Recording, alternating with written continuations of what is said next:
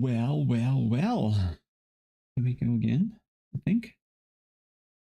There we go. What a fitting song.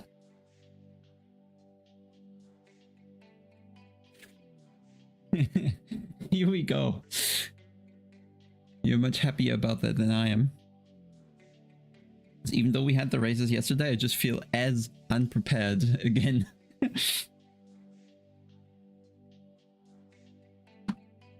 I don't even know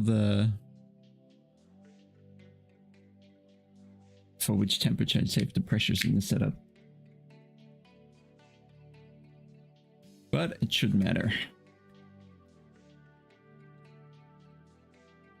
So, how are you doing this afternoon? Good morning. So you are, yeah, US, I guess. You wrote me.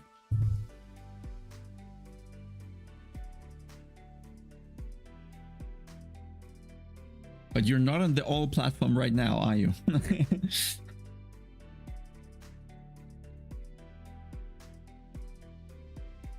That server's coming in 5 minutes.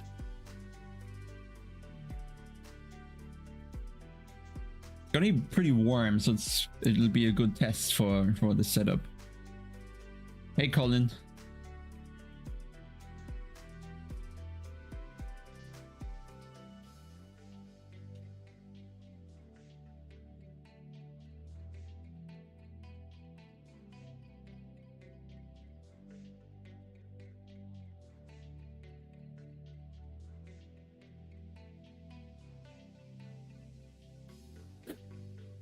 Yeah, I feel on Rebel Ring, you need the race practice.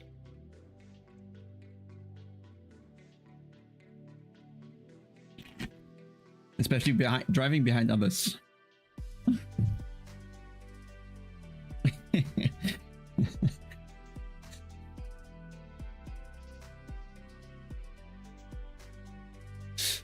Hey guys.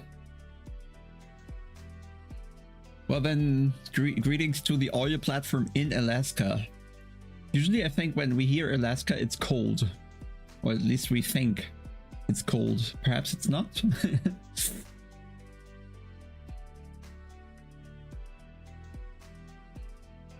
I think the Moradnes gloves are really oven mittens. I think they're better ones. So since we're driving the Sync Mesh series right now, which are the gloves LFM made together with them. Maybe that's an option. But there's so many. No, these are from Puma and BMW. They are not available for sale. There's going to be a raffle every SRO race. Do I have this running? I have. So where's my game? Oh, my game is running. I was taking screenshots. 9C, so bearable, I guess. But is the platform far out? I mean, so is it windy? Is it high waves? Is it nasty?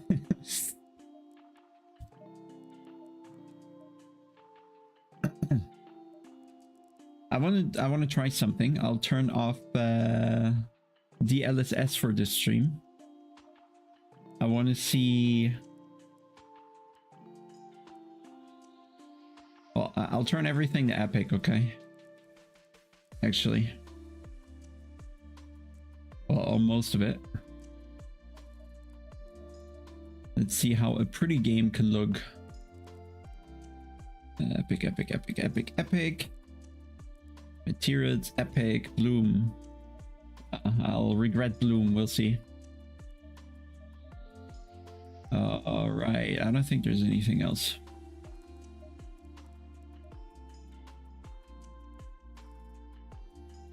Yeah, do so, send me some photos.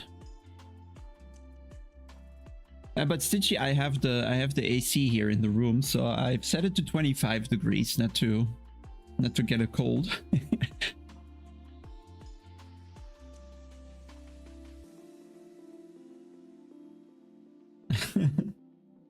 It's sandbags in the corner behind me, not ice bags. But we could do, it's a good idea to do the sandbagging with ice bags, perhaps. Server coming any second now. Go. Go LFM. Where's server? One sec. Come on, we need to join. There we go. First! That's automatically a race win, pretty much. Temperatures are... well, actually... I can just keep everything as is, I think. So, music off. And that's it. It's 1 degree warmer than our SRO temperatures.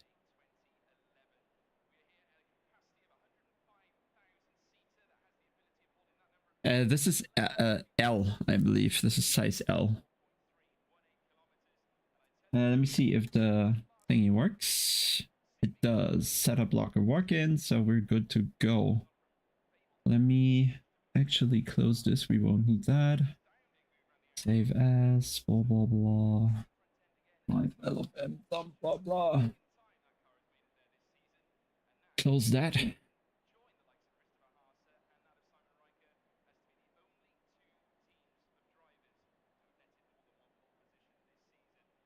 Well, the aircon is blowing out the window with like a sealed textile thing around it. But it has decided it's 25 degrees now, so it doesn't have to do anything. I'll put it on 24. So it should start doing things again. Or not.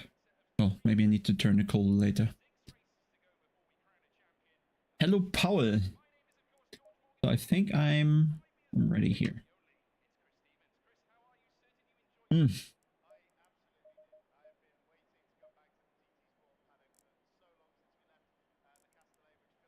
Just taking a bit of extra fuel so we can do more laps.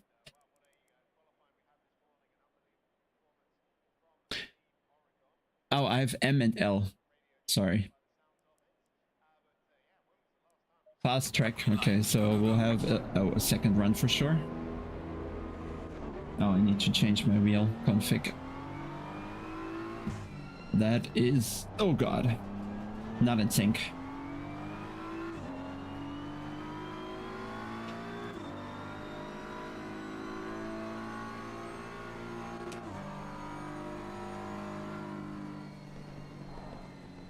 Oh, there goes my wheel.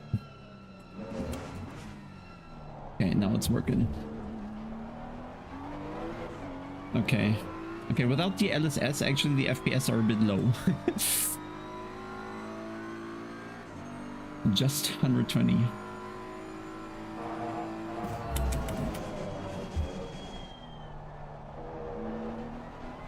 Sure, turn that up for the second run.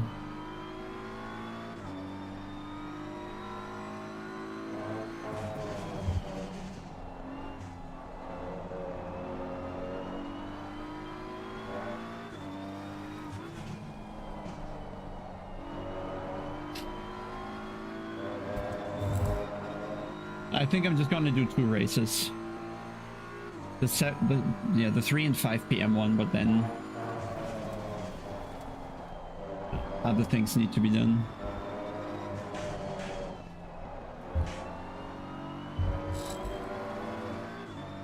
Oh, that's low FPS. Interesting.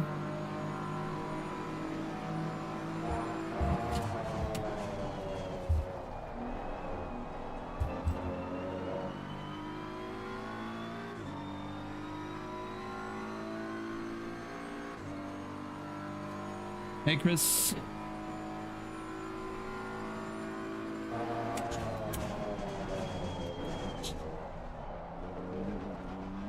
Am I being dive bombed again by the better braking cars? Nice.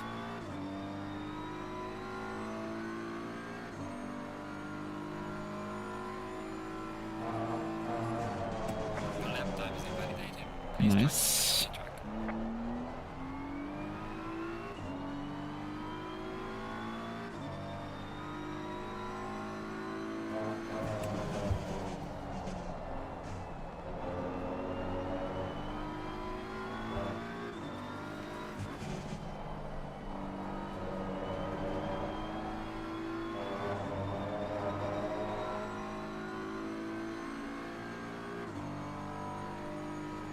Last of Us? No. Not again.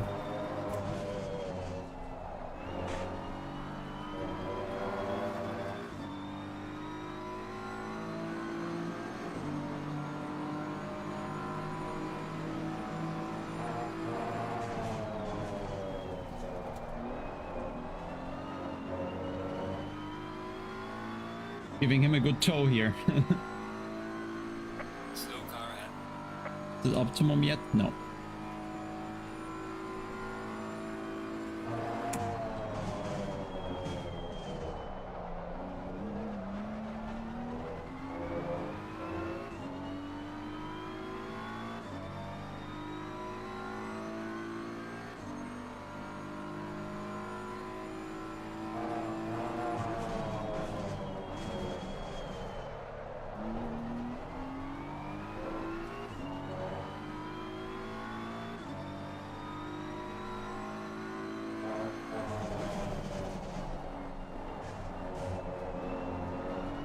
Good. Yellow flag ahead. Watch out. Yellow flag in sector 1.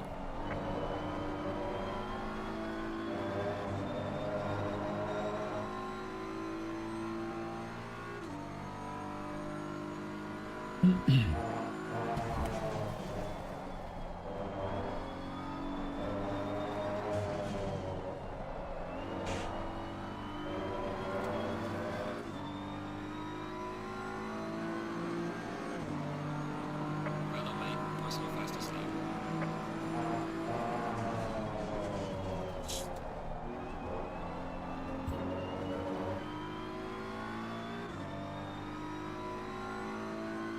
We're gonna hit optimum just before the session ends or something, so I need to get a late lap in.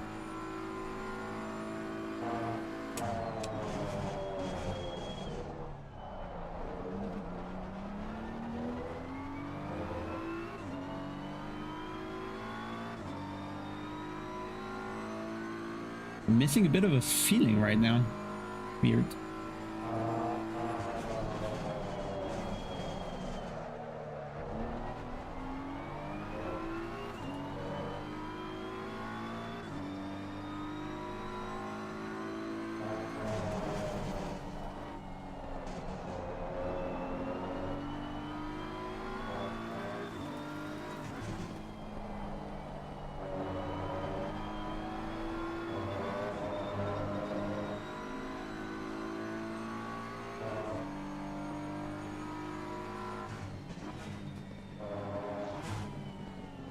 Okay, he's trying to be the very smart one. Congrats.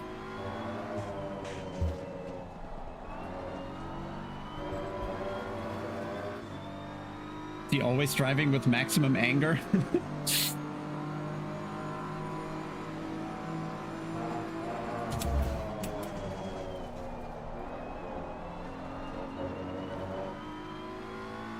But yeah, my gap is just not big enough here.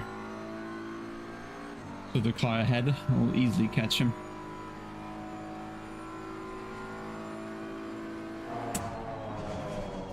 Yellow flag in sector 3.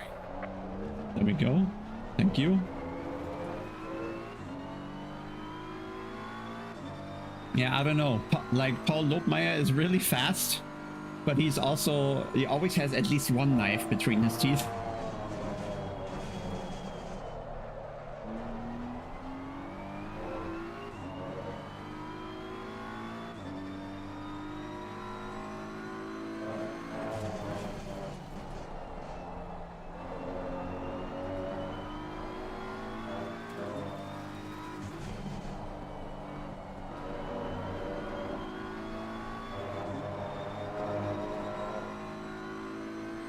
It's 31 degrees.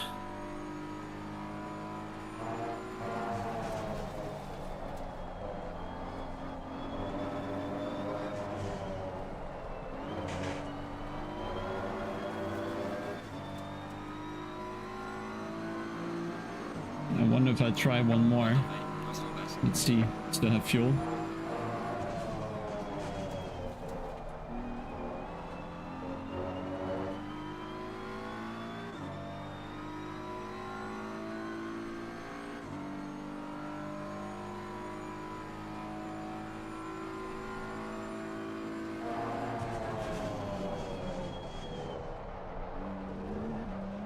The engine didn't like that.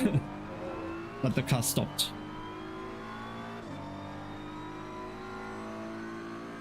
Yeah, he's certainly sending a turn 1. Shall we take it?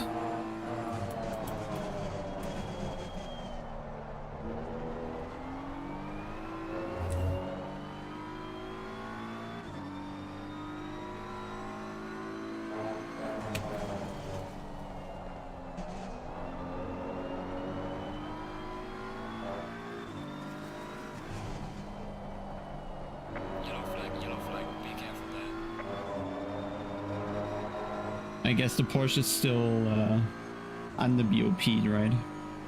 On most tracks. Yellow flag in sector 2.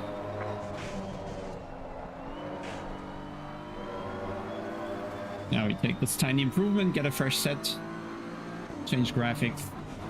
Brother mate, this has been your personal best. Because FPS are a little low. I know some of you will say, what? That's not low, but yes, it is. Here. That is better, much better. Fresh set, fuel, probably doesn't matter. We could reduce the tire pressures by a click. And go out again. Outside, I think it's pretty similar. Outside should be 29, on track 31 right now, here, L. Or in-game it's 31, on track it's 38.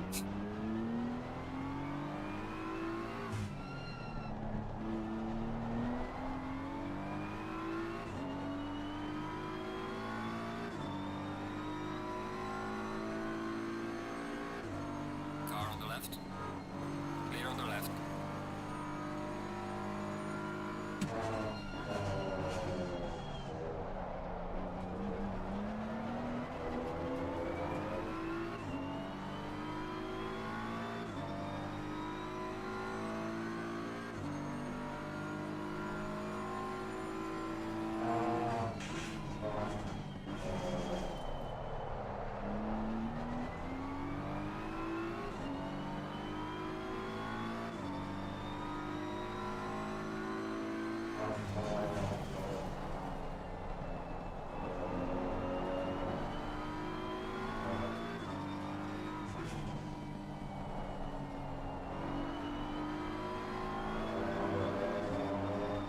So, how much? Yellow car ahead. Yeah, okay. Yellow flag in sector 2. We are probably fine already with the lap, so we're just fighting for P1 or P2, and honestly, maybe I don't want to be P1. Yellow flag ahead. Be careful.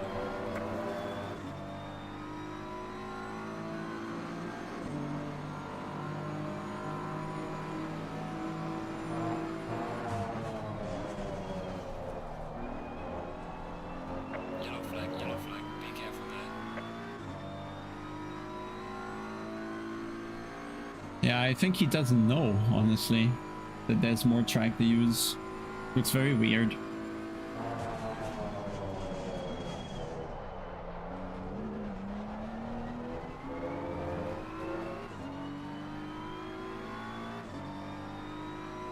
Optimum.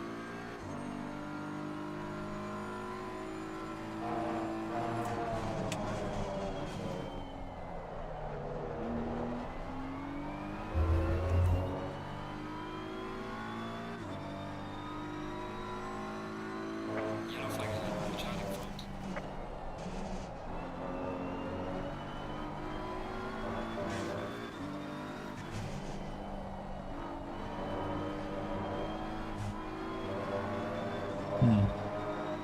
Oh, nice. Okay, now we have a good gap. Car on the right. Clear on the Nice right. empty space ahead.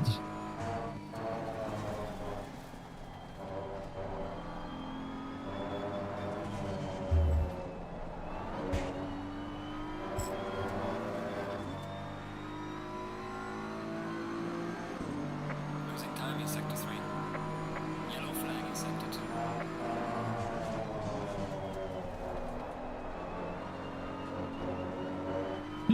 Nice slide.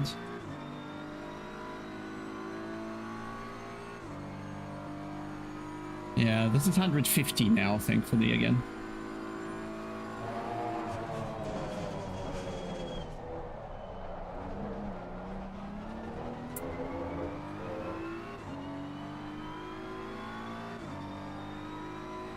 Not happy.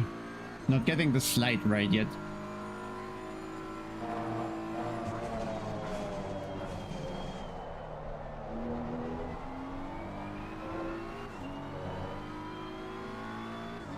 Like with optimum grip, I should go way faster.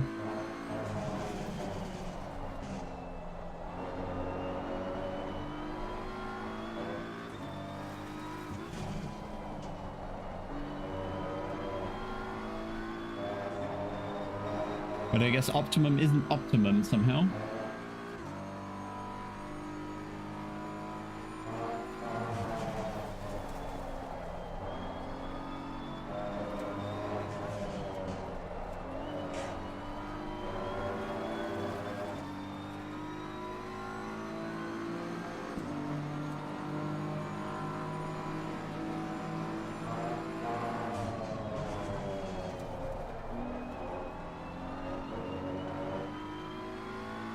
But I also put a focus on doing valid laps. Because invalid laps just hurt so much. But it's the last attempt already. Oops, should try a little harder.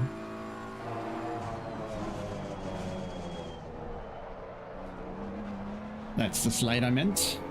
Yellow flag ahead, watch out in front.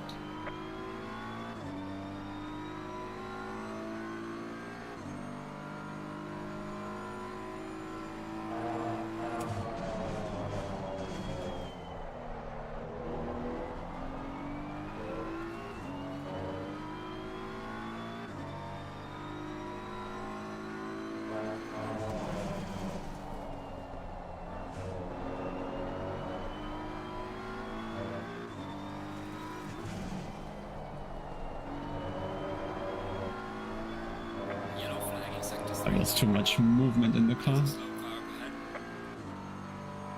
Well, I think we're good here anyway.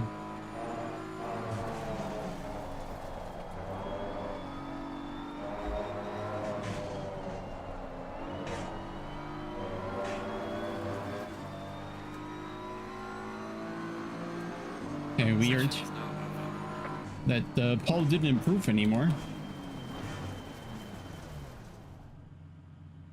It's not real optimum, it's still too slow, I think. For that. Okay, onto the race set. Let me load that real quick.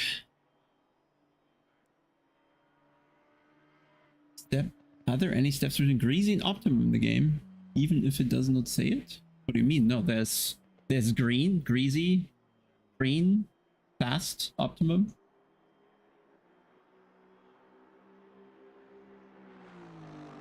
ADPR, yes. Need to have the same steer lock.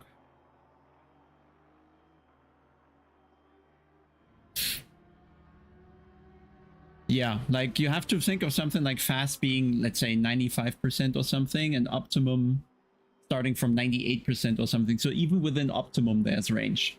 So it's, I don't know the numbers, okay? But there are numbers underneath, so to say. Grip is not a string, grip is a number. So pressure-wise, I have no clue. What pressures did I have in quali? Come on, faster. That's oh, we just take the Q set. I think that's better. Use current pressures. We're gonna reduce a click. Same for the strategy. We are adding 40, starting 45. There's a 10 something. We're gonna leave this as is. Change that a bit. Just testing something here. Just gonna do that. We're going down a little there. Probably just one, actually. Oh, maybe two. And we should be good.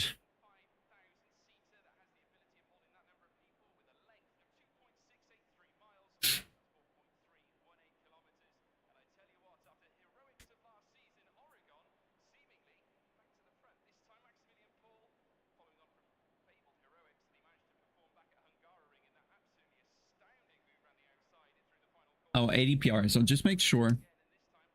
Well, I thought you meant the setup value. But you didn't. Oh, we had another temperature increase. That gotta go down. Maybe reduce the rears a bit. Nah. I thought you meant the steer ratio in the setup.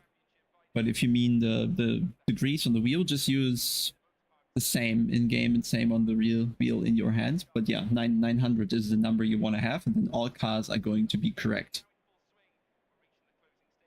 30 seconds. And I do not use a desynced wheel for the data packs. That wouldn't make sense. 20 seconds. So did I miss anything here? Hopefully not.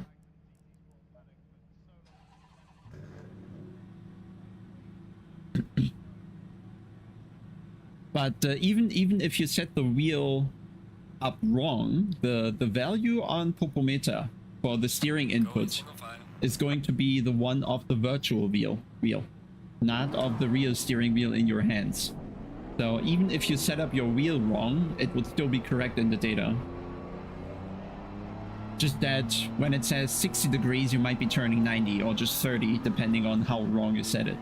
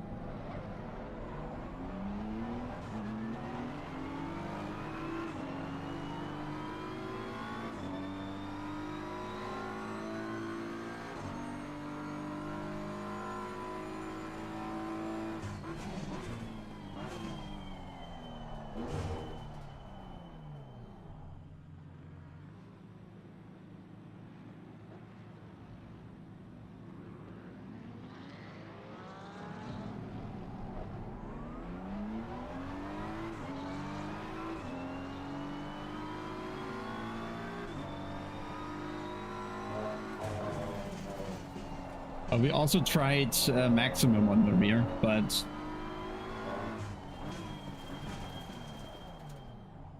hardly works. Well, to warm the tires, you would need to use the brakes, not the tires, so to say.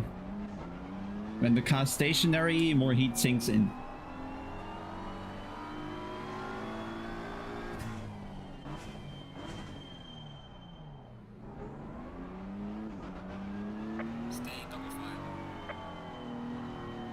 I didn't watch.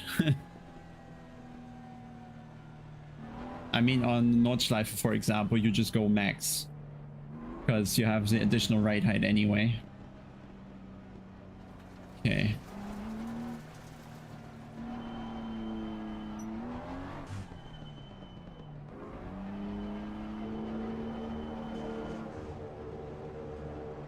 Let's hope we can out-accelerate the Porsche. Because my reflexes were really bad. Well, age, I guess.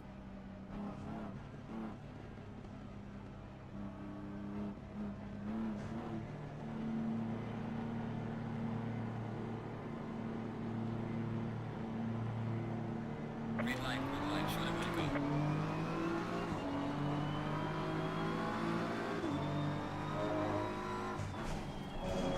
Of course he's sending it. Car on the right.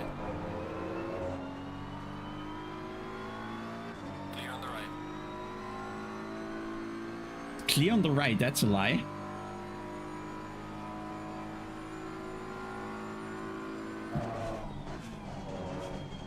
Car on the left.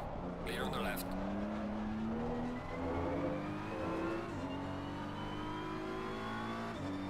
We all knew that it was going to exactly happen like this.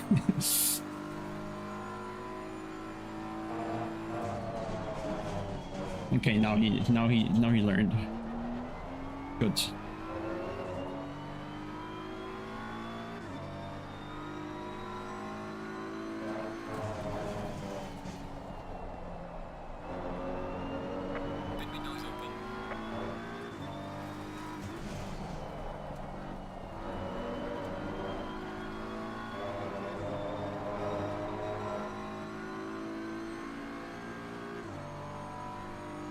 All good.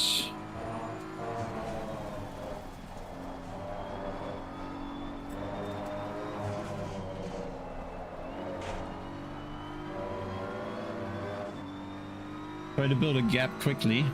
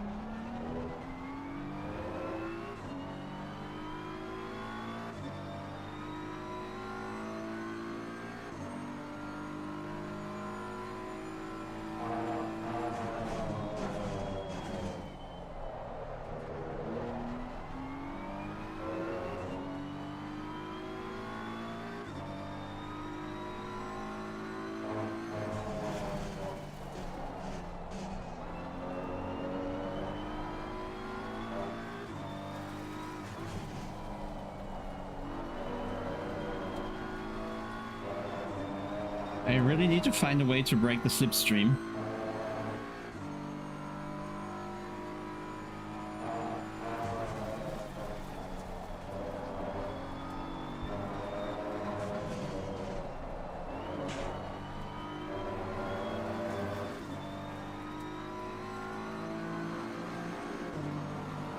Fastest lap of the race. Great job, man. Yellow flag in sector 3.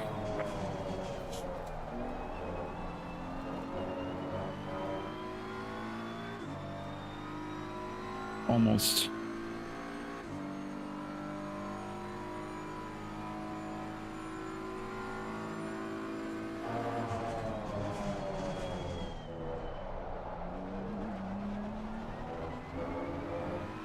There we go.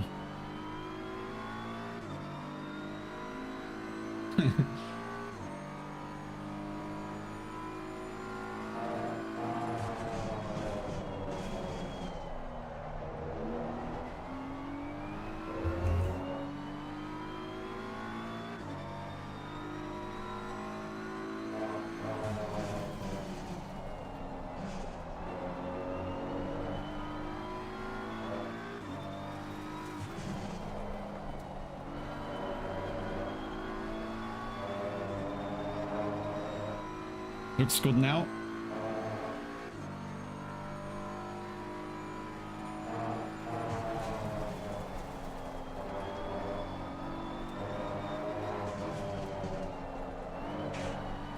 No off tracks next challenge.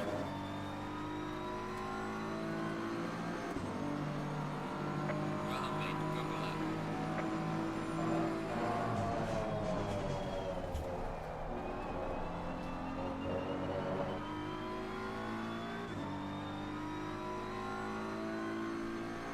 Aber hier, nee, abwarten. Wir müssen, BOP kann man immer erst am Renntag beurteilen. Alles vorher ist immer falsch.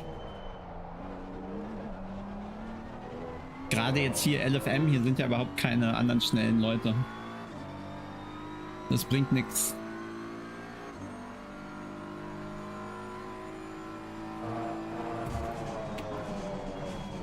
Das sah gestern ganz anders aus mit dem Mercedes im Nacken. Oder dem Ford.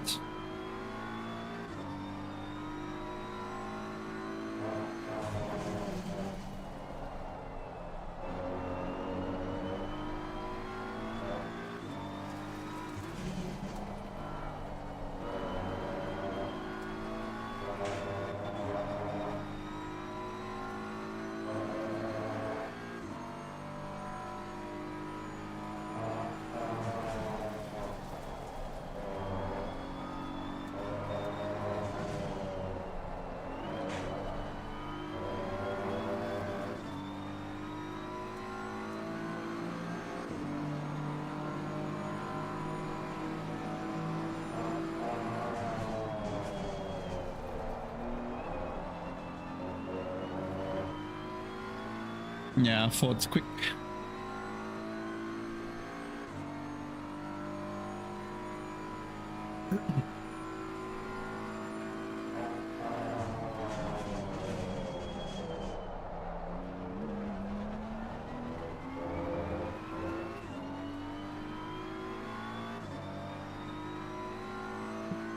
Okay, but this race seems to allow me to focus on myself a bit.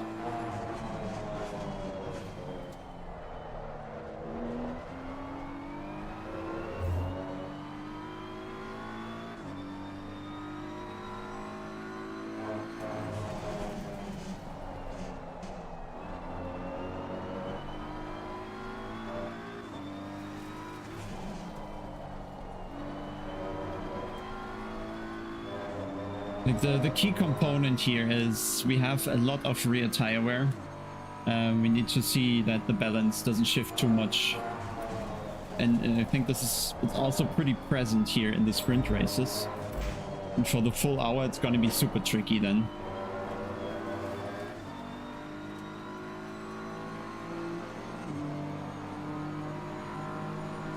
There's a car exiting pit lane.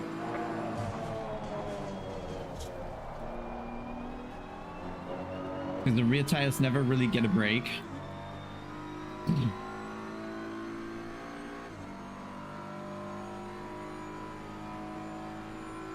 And it's just too warm.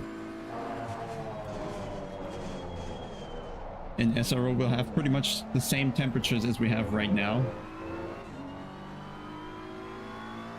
Yeah, 31 degrees right now, and SRO is set to be 30, plus minus. And there's just not enough cooling available for the rears.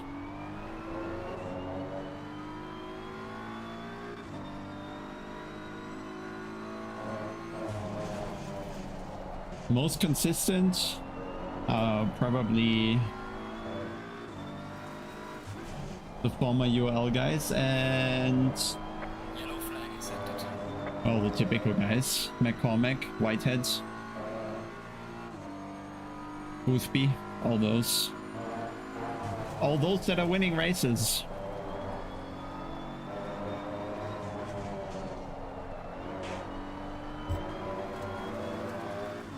Oh yeah, the drop-off is insane. Okay, I'm chatting a bit, not fully focused perhaps, but still.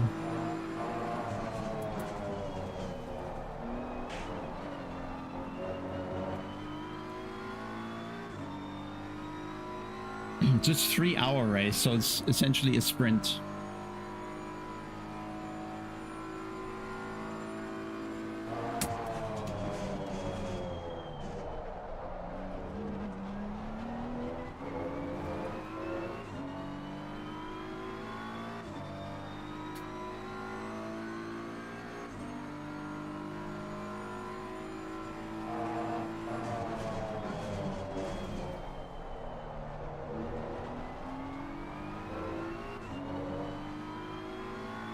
No time. Wait, what? No time gained? What does it mean? Where? Where no time gained?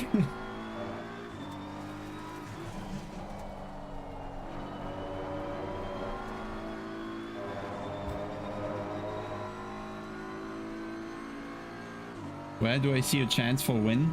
I don't, honestly.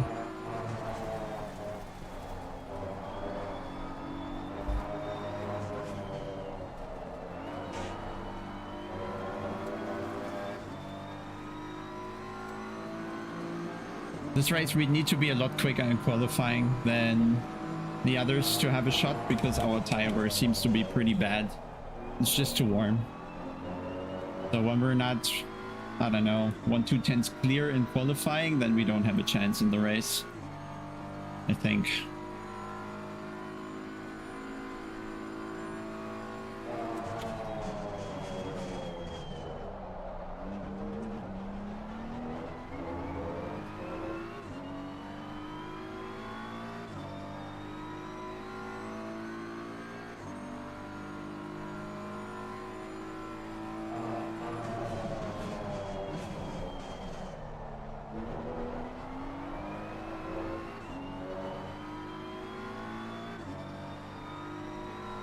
No, we need to be 3 drivers, actually.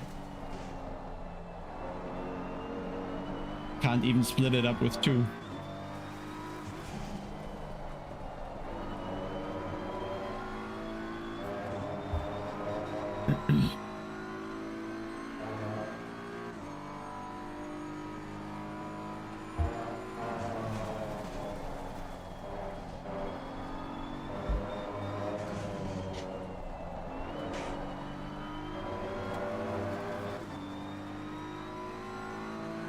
We were checking yesterday in last corner, the Mercedes is braking like a full car width further to the left. Where we are just going to bottom out and die, and the Mercedes just slams the brake and is completely fine. So into the last corner, Mercedes has an insane advantage and can always drive into the draft.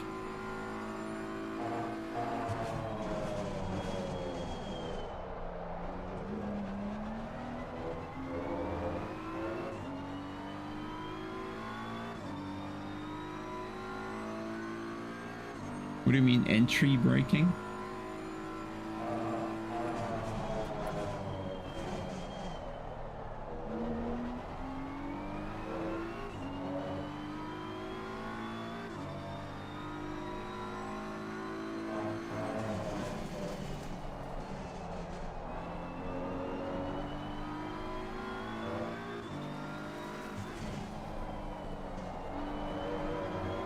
Oh God. Nasty curb if you put the tire wrong. You either want to be fully on top or not at all.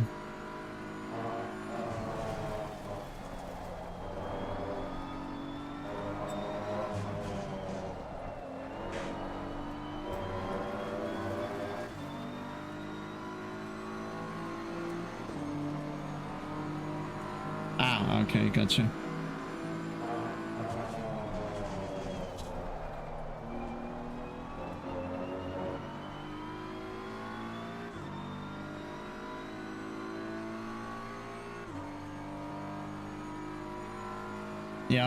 Yeah, of course.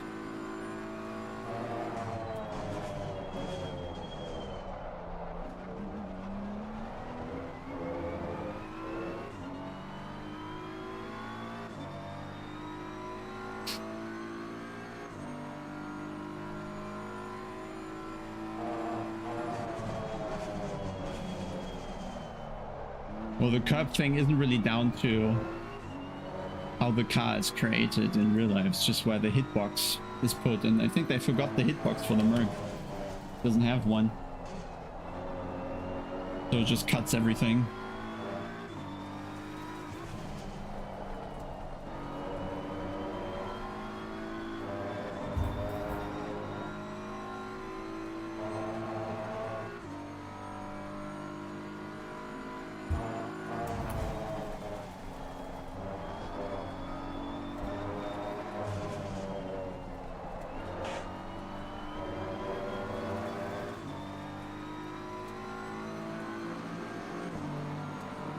Yeah, it's wild drop off.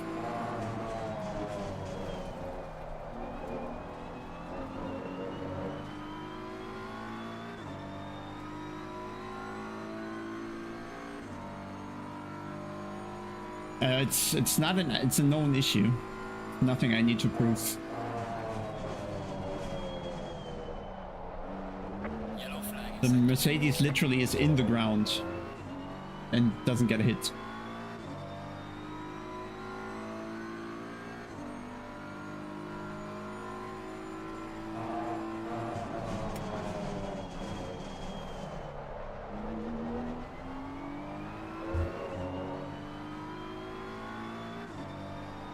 Sometimes. It's always too much for the BMW.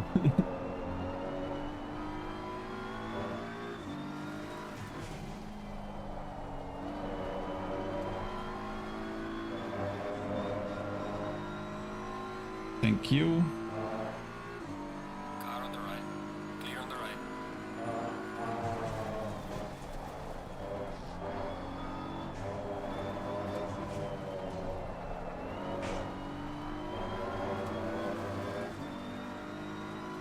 Thought that was off track. Okay, perhaps wasn't. There's a car exiting pit lane.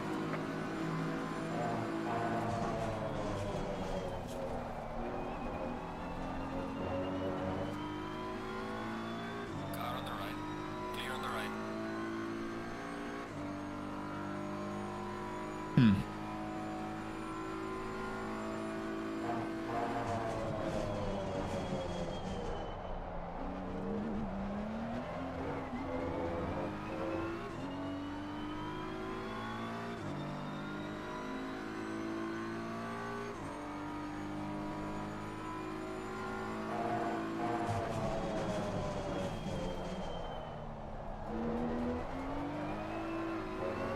God.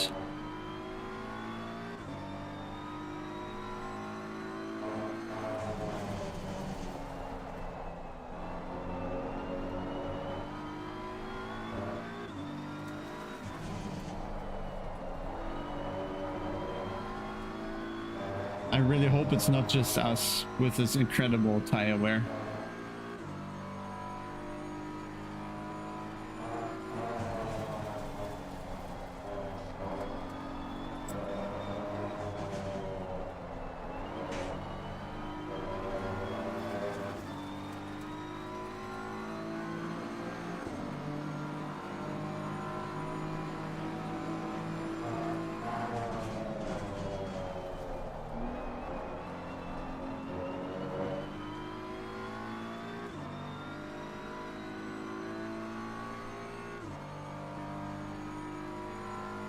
Speaks volumes that you have a better connection on the oil platform than we have in Germany at home.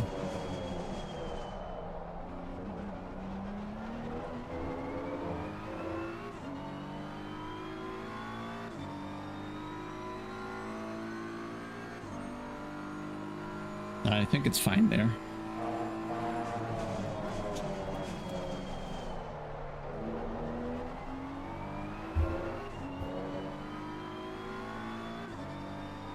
At least I don't remember drama in the chicane for me in the M4 in Pro Series.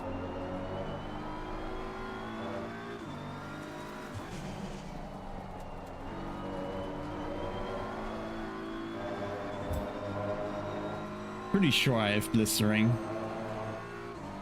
Feels really bad.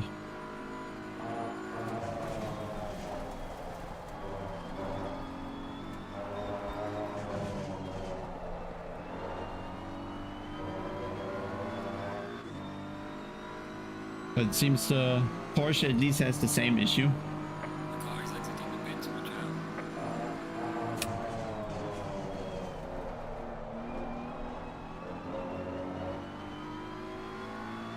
Car on the right. Clear on the right.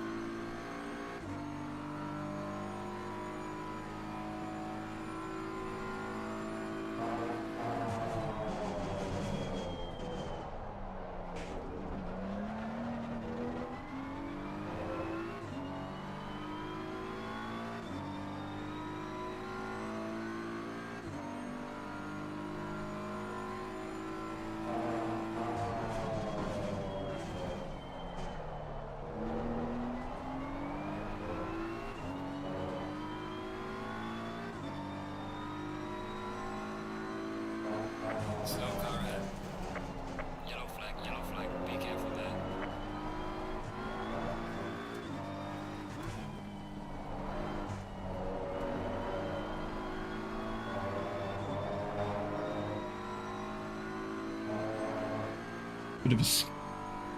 Was a bit scared of the rejoin.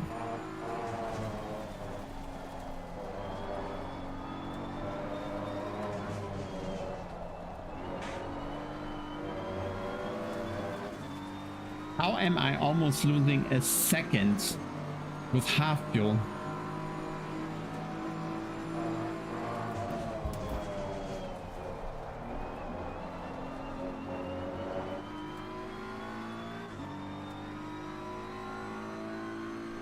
Must be the biggest percentage drop off in terms of lap time on any track in the game. And it's a short track.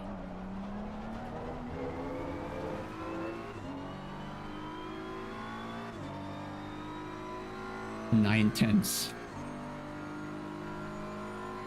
You wouldn't even have that on Spa.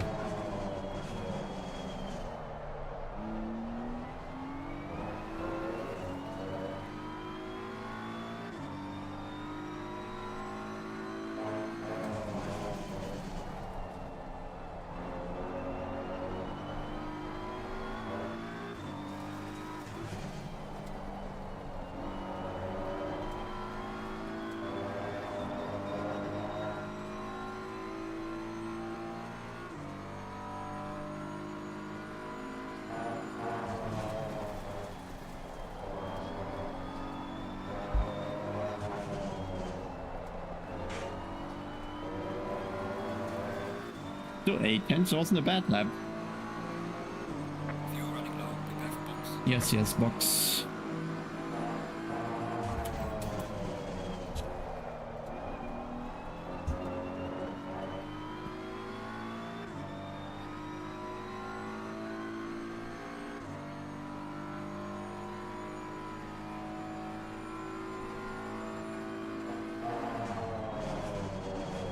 We are at the halfway mark, still a long way to go.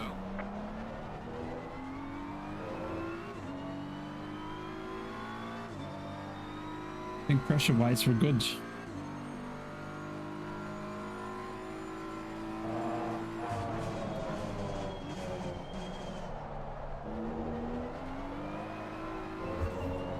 Car on the left, player on the left.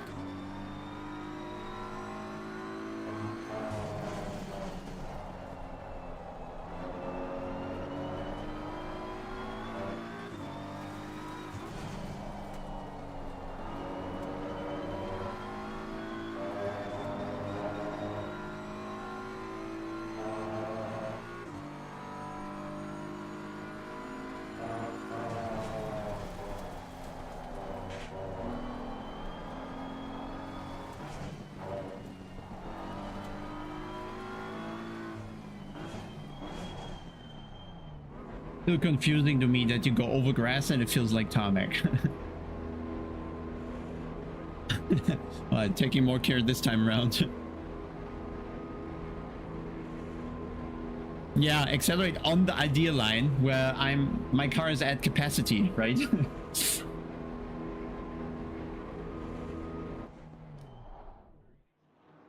It should be fine. Yes.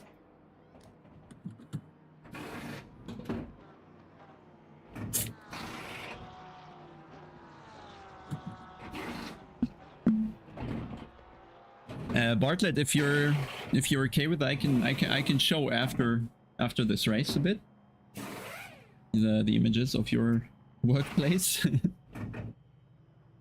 I don't know, Fabo. Everybody does, so I'm doing it as well. Not pushing though. Mandatory stop is now clear. Come on, go, go, go.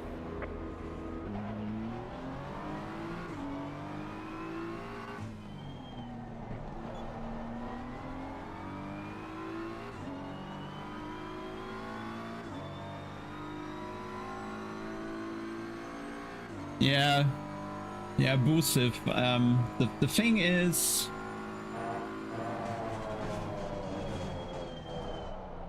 when looking at performance and how bad the penalty is for having a bad pit stop, I totally get what the others do. But I think in the sim, you know, things can be difficult. Even though I agree that the pit stops are a bit too tedious in ACC. Doesn't seem that complicated IRL to park in the right position, and they usually don't get moved.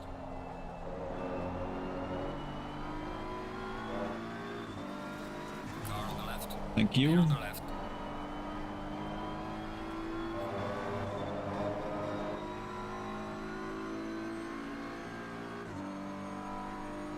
Well, I'm sure people are just interested. It's not something you see every day, you know?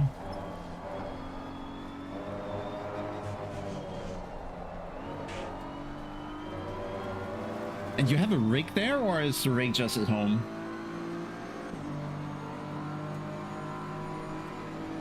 There's a car stick pit lane.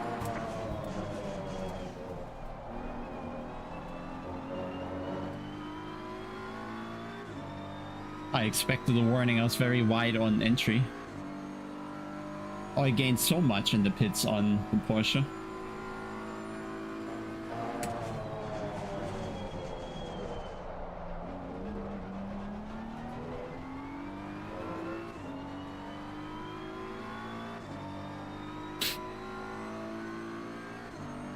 Looks more like Corsa or something.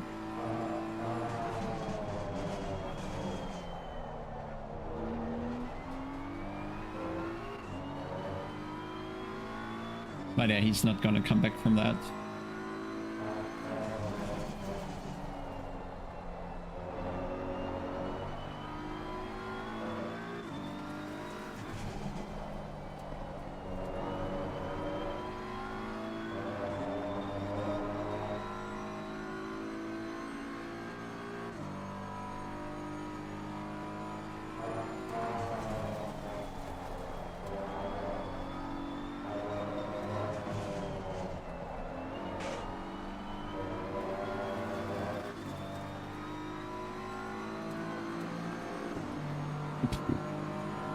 Need to speed up.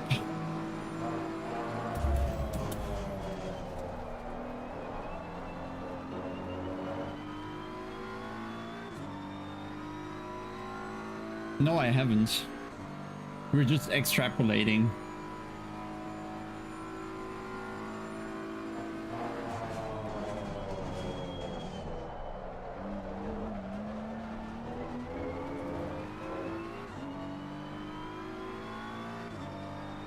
Hey, Marcos.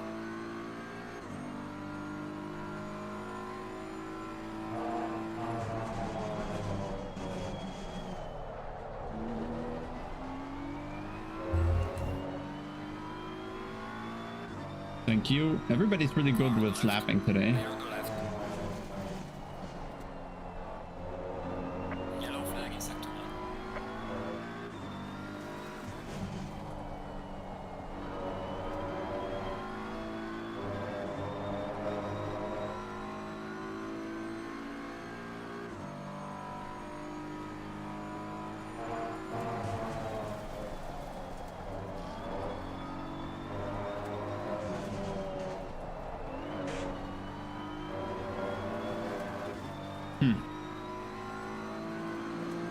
Thought I'd be faster, but somehow pace is not back.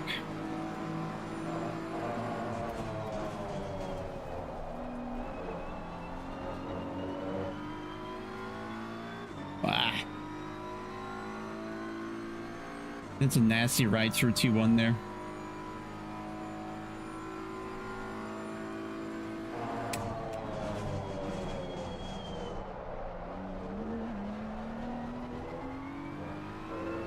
Yeah, the RNG slide is so important for good lap times.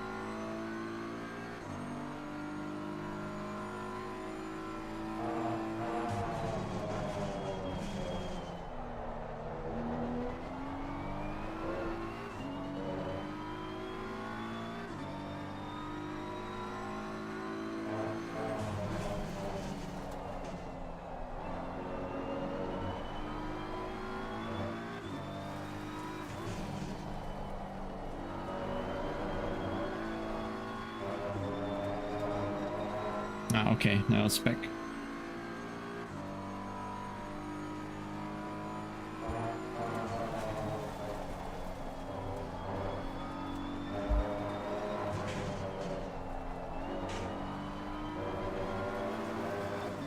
Just got the turn in, just about. Well on lead, purple lane.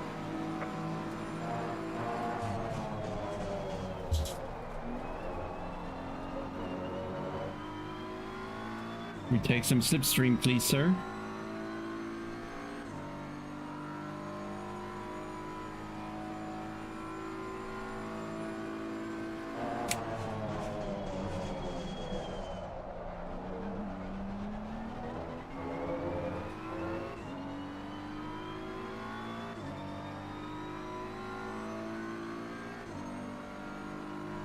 Yeah, I think actually you're right with the tire.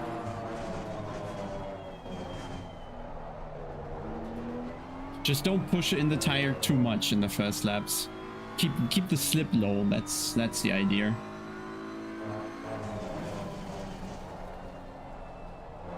Stay at 99%. Don't go to 101%.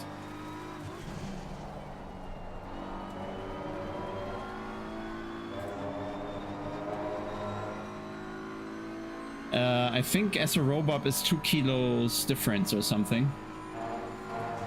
Plus minus. Depends on the car. For some, I think BMW is 2 kilos less than it gets from LFM. Mercedes is 15 more because it doesn't have a proper BOP lap once more.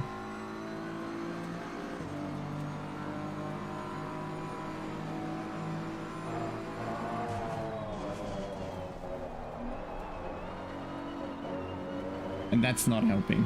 Those micro slides are hurting the tire a lot. Well, it's not micro, that was a proper slide. Yellow flag in sector 3.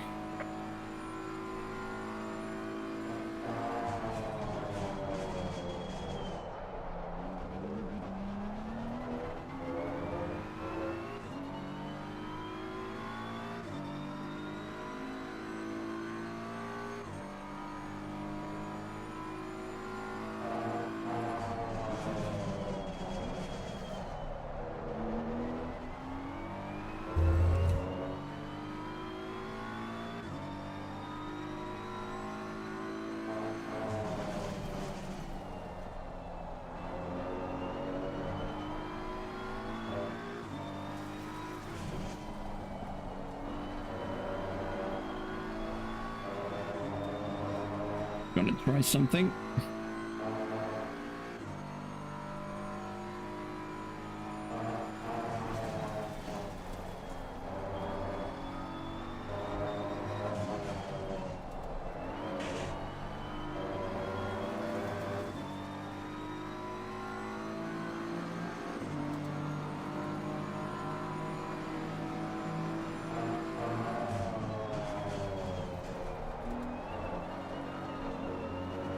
Rear's a bit snappy.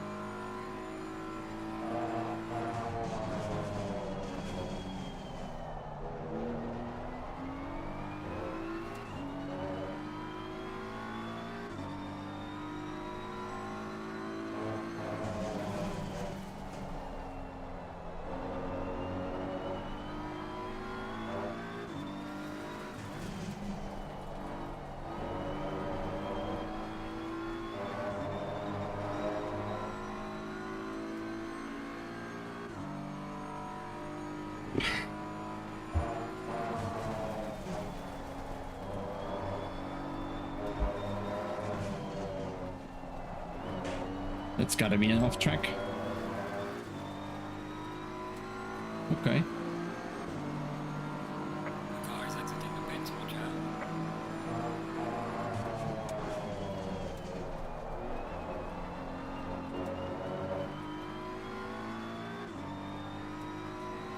Car on the right. Clear on the right.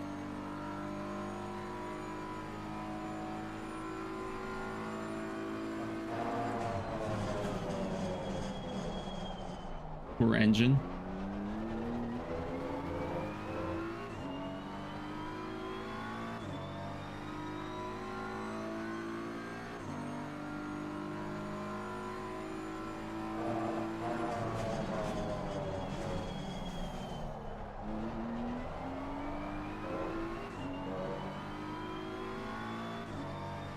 With TC set to 1, we can try next lap.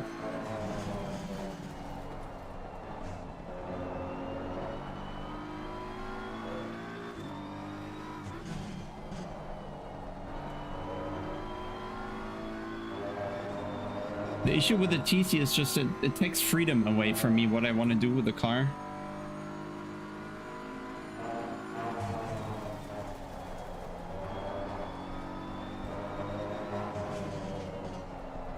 Sometimes I just want to put it in a tiny slide.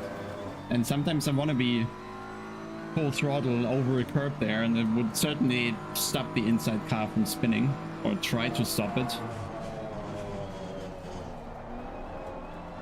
But perhaps here in turn 1 it can actually be a lifesaver, maybe save the tire even. Prevent some slides.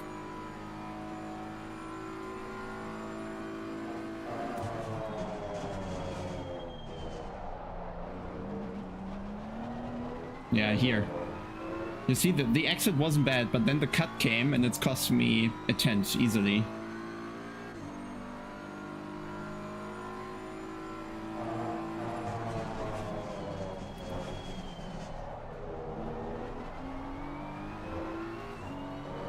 But as long as it's not engaging, it's fine. But once it engages, you lose a bit.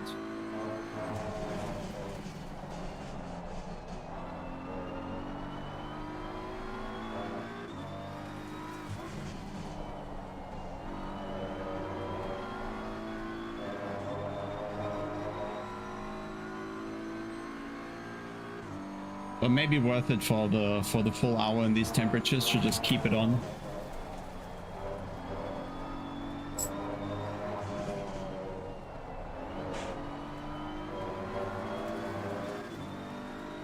Not much difference in lap time here, but always hard to compare.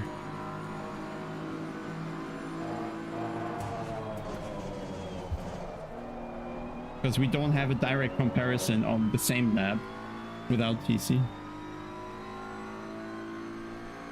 Yeah, they might be. They prevent a few micro slides, but if you don't do the slides with TC off, then it's fine.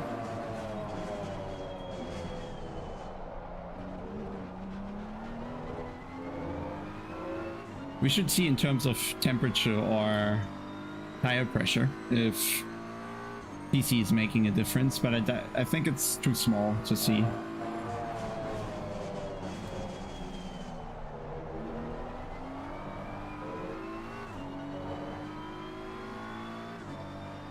And the TC makes you more blunt on the throttle automatically.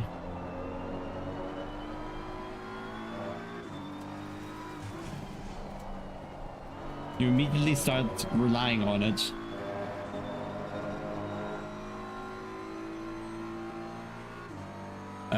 What ABS would you like to see?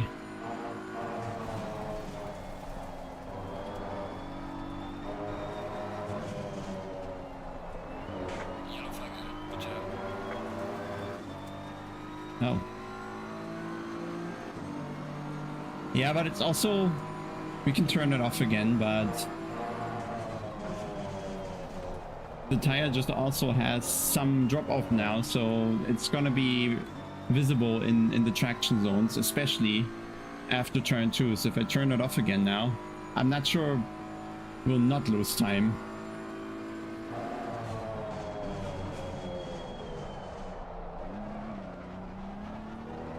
Nah. Because then you need to control the slide, and just not the same grip right now, so you lose time here as well.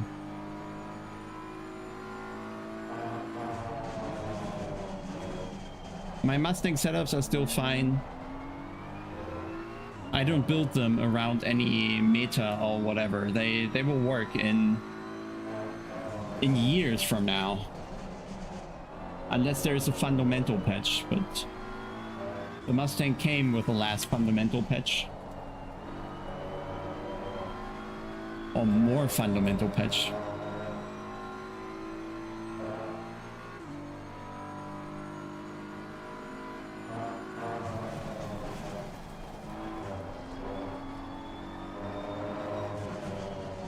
And also, I'm not building these setups for people who want to compete on esports level. Like, I make them nice to drive at the cost of a bit of lap time. Because most people are not targeting to compete in SRO, so they don't need super aggressive setups that rotate just by looking at them in the wrong way. So that's why they are not max rate.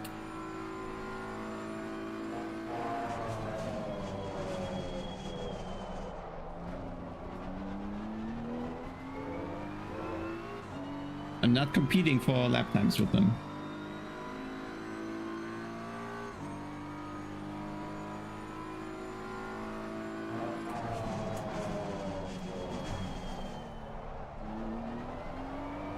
Well, Michael, the reason is that for all the other creators we have on the platform, we are passing on almost all the money from every sale. So for the platform to earn anything, we are going with a subscription, and with the subscription you also get more data channels and more information from the analysis that you don't get without. So our model is a bit different.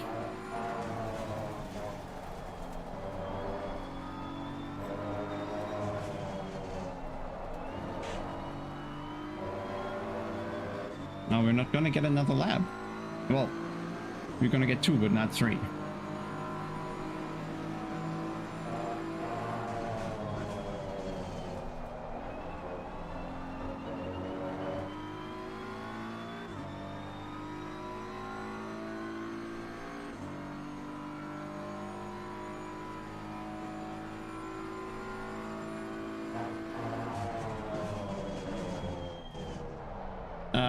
Mate, I don't have all setups ready in my head, what I did there or thought there. The thing with the Mustang is it doesn't really rotate, so you can get away with lower wing.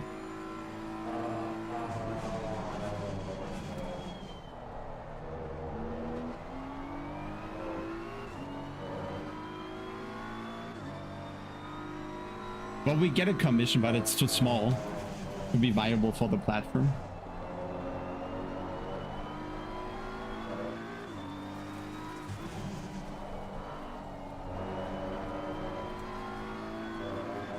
And my idea always was with the setup stuff that those who create it should also scale their earnings with how much they sell. I'm not a fan of those, of the models where you get paid per data pack, so to say, and then the platform earns everything, which is obviously good for the platform, but it's not good for the setup creators. So I wanted to have something that's good for the setup creators, because I thought the incentive might be something for them.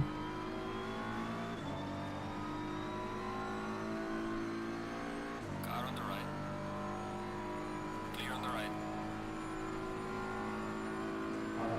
That window is closing down.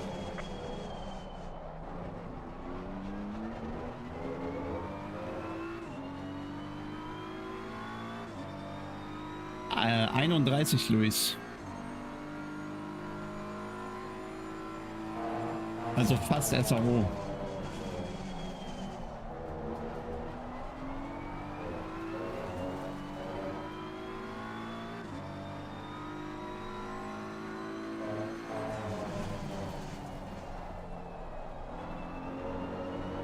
Aber ich habe schon gesehen, Camille lädt euch noch ein paar Kilos ein für Freitag. Kann man mal machen. Bei euch ist ja auch egal eigentlich jetzt. Ne?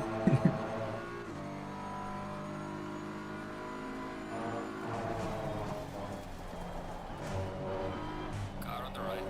Clear on the right.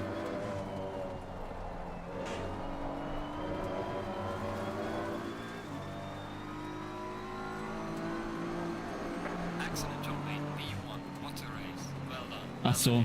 Ja, okay. Ich hab's nur aus zweiter Hand. Aber 2000. würde ich noch ein Kilo extra machen. I didn't change anything to the setup really compared to yesterday, so no, it's still, we still have the issue, we lose too much tire too quickly and the balance goes off, but I don't think we can change it. We cannot affect the rear tire wear. That's the main problem. We can wear the fronts more, but then they're gonna grain. That's it's just kind of track specific, car specific thing. The rears just, they just die. Like I can go to the setup screen, tell you right now what our wear is. Oh, which one did I start? Started on 10. So tire 10, that was the first stint. So 25 minutes. The rear tire is at 2.11. So I almost lost a full millimeter in just 25 minutes. Which means another 25 minutes, it's gonna lose another full millimeter almost, and we're gonna have 1.2, 1.3 millimeters left. Not even the hour done. So we're gonna sit at something like 1 millimeter on the rear after a full hour. And 1.5 usually is really bad already. Ja, Luis, es ist das geradeausfahren. Weil die Hinterräder beim geradeausfahren die ganze Zeit ja das Auto vorwärts pushen und die ganze Zeit Slip auf der Innenkante ist. Und deswegen verschleißen die so krass. Das Problem sind die Geraden sozusagen.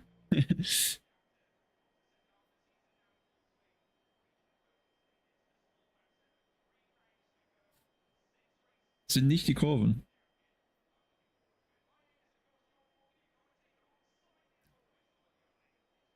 Du siehst ja auch auf der Geraden, dass die Innenkante hinten die ganze Zeit gelb ist. Ne, wenn du mit 500 PS 1300 Kilo vor dir her schiebst, dann wird es halt warm. Und dann ist der Asphalt, muss ja auch scheiße sein irgendwie. Alright, this race was okay. Shall we sign up for the next one?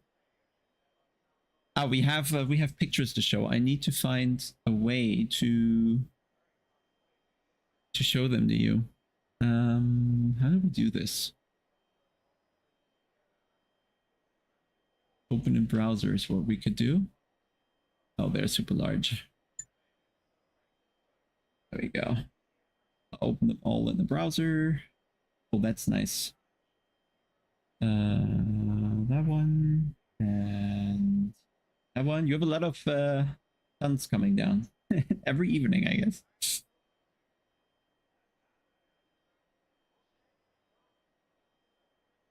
One sec. There we go.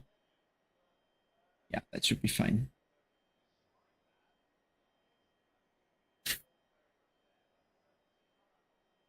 But I think the Porsche also has a problem with tire wear, I'm pretty sure. Verschleiß in English, wear. W-E-A-R. Asymmetric camber solution. Probably not. The thing is, if you reduce the camber, the rear tire is just going to slide more because you don't have the same amount of grip. And then you'll wear it the same, if not even more. So there's really no solution to change the tire wear. There's no, you can't really have impact on it except taking care of it.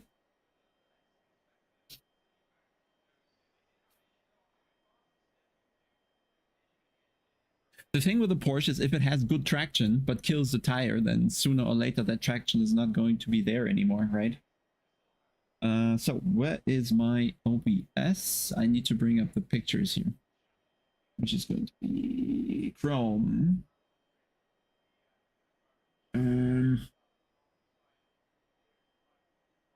That one. Yeah, okay. So some images from the oil platform in Alaska that Bartlett here is working on.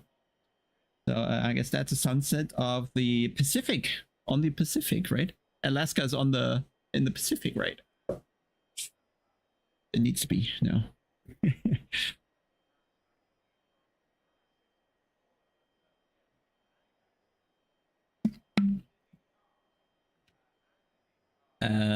And mountains in the distance there. Quite high, actually.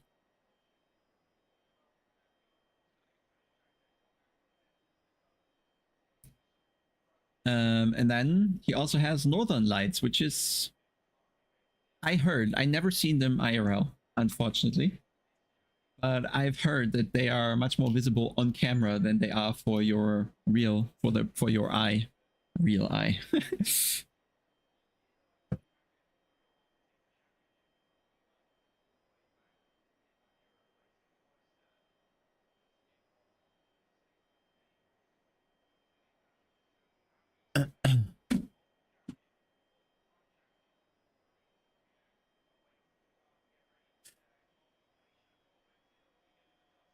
Then this is the oil platform. Doesn't, yeah, well, it's not beautiful, okay? Let's just say it's not beautiful. You only get there with the chopper, or you're going by boat as well. I don't know how far out it is.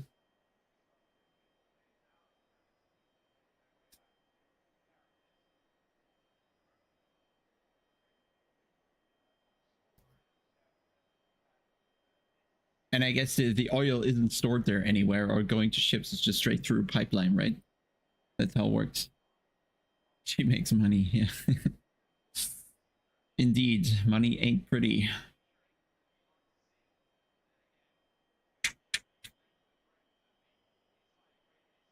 Yeah, one of the hardest jobs in the world, isn't it? I mean, you can watch sim racing, but you can't go far on this. Are there any humans here on the image? Can we see for scale? There's someone, right? That's a person. So it's something like what? Maybe 50 meters or something? 50 times 50?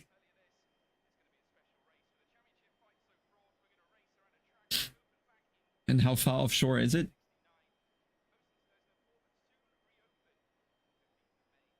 And how high is it and everything? Are the waves high enough to reach the top?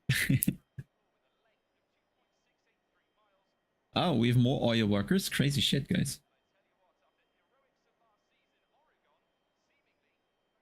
Okay, not too far then.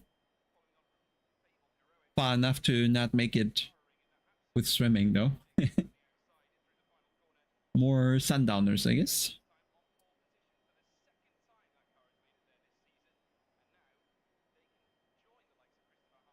Ja, also Samuel, ich glaube, der erste Gang ist schwierig in T2, weil der hat zu viel Leistung. Also, aber nur wenn du BMW fährst, wenn du jetzt im anderen Auto bist, keine Ahnung. Und der dritte Gang in der vorletzten ist halt, du musst halt sofort wieder hochschalten. Ne? Also, ich würde es im vierten mit Trailbraking lösen, statt in den dritten runterzugehen. You can see the water line on the legs. Ah, okay. Okay, so it doesn't reach the top there. Olive oil in the kitchen, yeah. Well, it's soon. Well, olive oil is more expensive by now, is it not?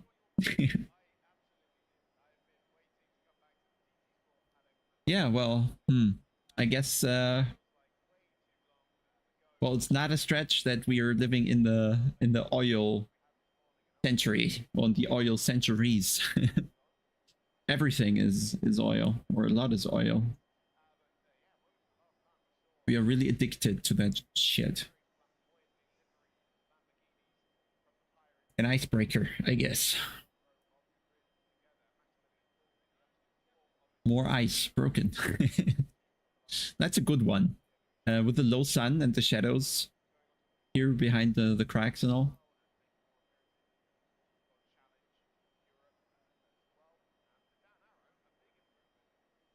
Is that where the owl platform is? There's more, even 1, 2, 3, 4, 5, perhaps?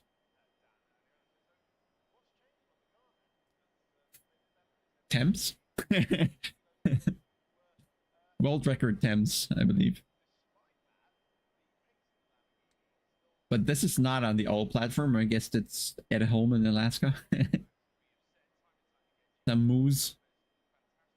What are they stealing? Just water? Hey, buddy.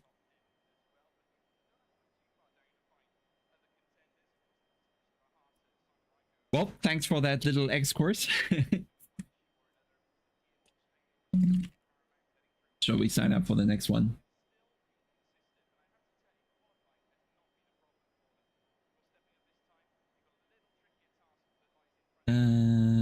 27. Good normal temperatures, no rain expected. We're very happy with that. Ooh, SRO Esports gonna challenge us. And Dennis Wietschorke in the McLaren trying to lose ELO and safety rating. So we should definitely sign up and watch that.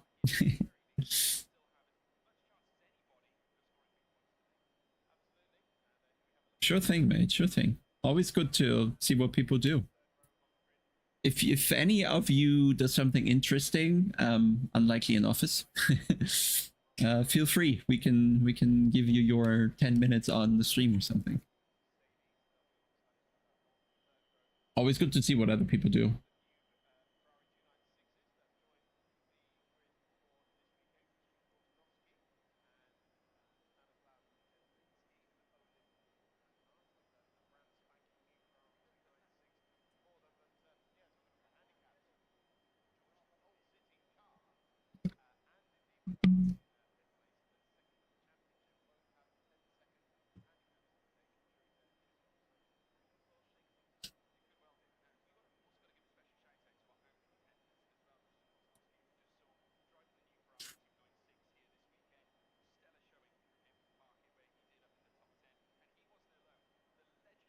Yeah, go ahead, Dinant.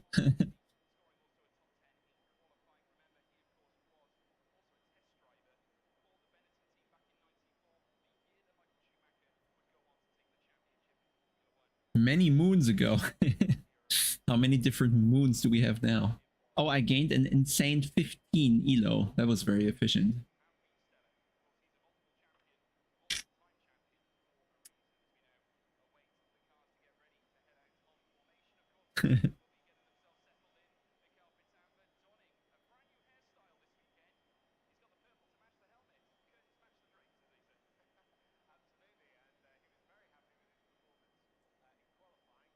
All right.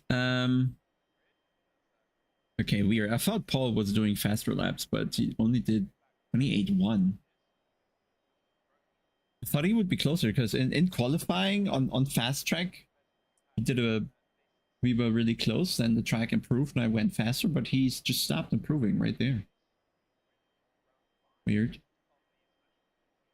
Where does it say? Oh yeah, split one was just 2,170 kilo average. So what's the other race gonna be? Oh, not many signups. Guys, sign up. But it's already higher. So I'm gonna gain like 16 if I win.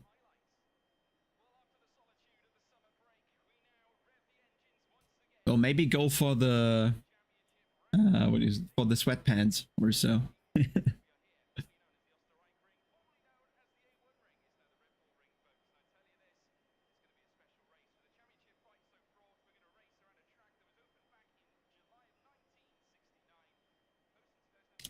I can check, like there are other items in the shop as well. I could add the logo to or so. Something more fitting, but I only did a few items, or rather I removed a lot of items from the shop because that was just too much variety, too much to select and choose from. So I reduced the offer to make it easy. You think? I don't know what's in Pro Series this week. Suzuka. I don't know. We did Suzuka just at the beginning of SRO esports, so I think everybody's prepared for that probably. But sure, they do labs perhaps. It's still half an hour. We gotta skip that somehow.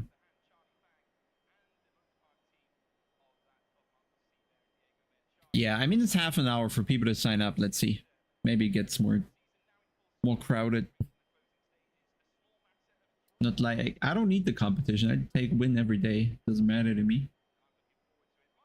I just probably if we have clean air next race, I'm just gonna try with the ABS2 all the way to see if we can make a difference with the rear tire wear, or maybe we actually try something with a camber and toe on the rear. Maybe we can do something to the tire. Yeah, I don't know.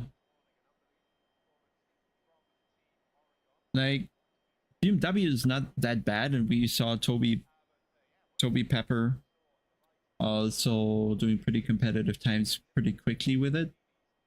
Like on Indy, I was good or faster in first and last sector, but I just couldn't match his middle sector. That was, I don't know, was weird. Couldn't do that one for whatever reason. But I saw something in his lab that I could have tried, but then didn't have any energy left to drive that track again.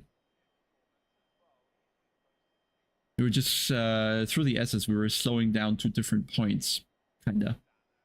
Just a different approach to the corners, and his seemed to work much better. That's an interesting one here that they're going to.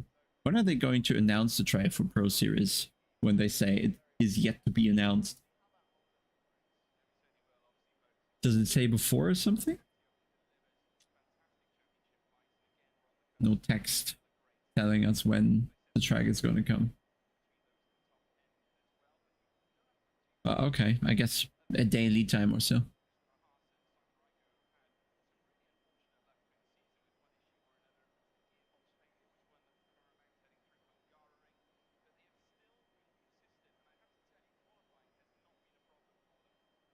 Perhaps that's it. Okay. So they still have a week to prep.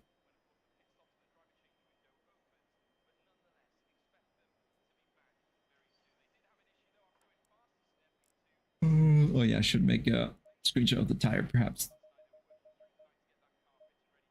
That one.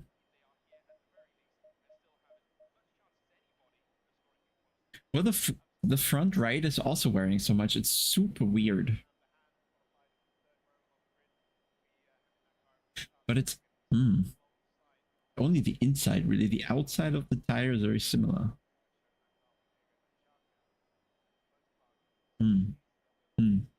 We're gonna try something, I think.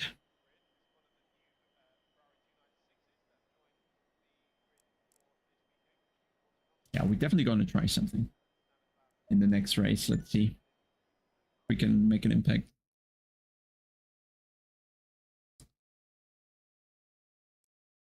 Oops.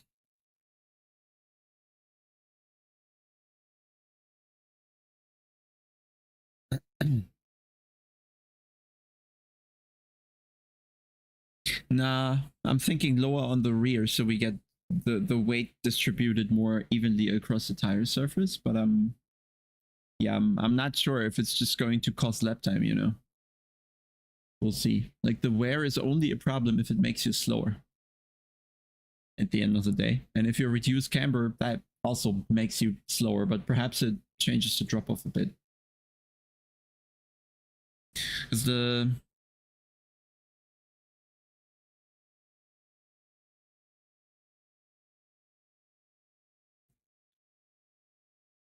and we need to clarify if we're doing barbecue again with the neighbors.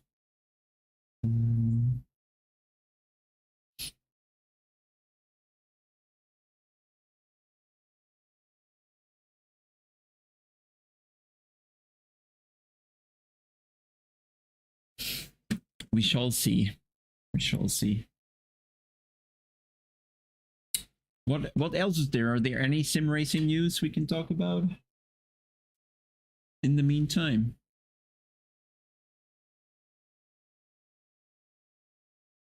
Oh yeah, beers. Well, I have beers in the fridge at all times, pretty much.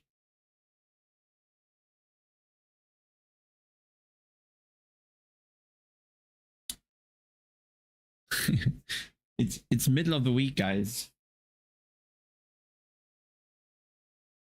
Certainly not gonna have lots of beers.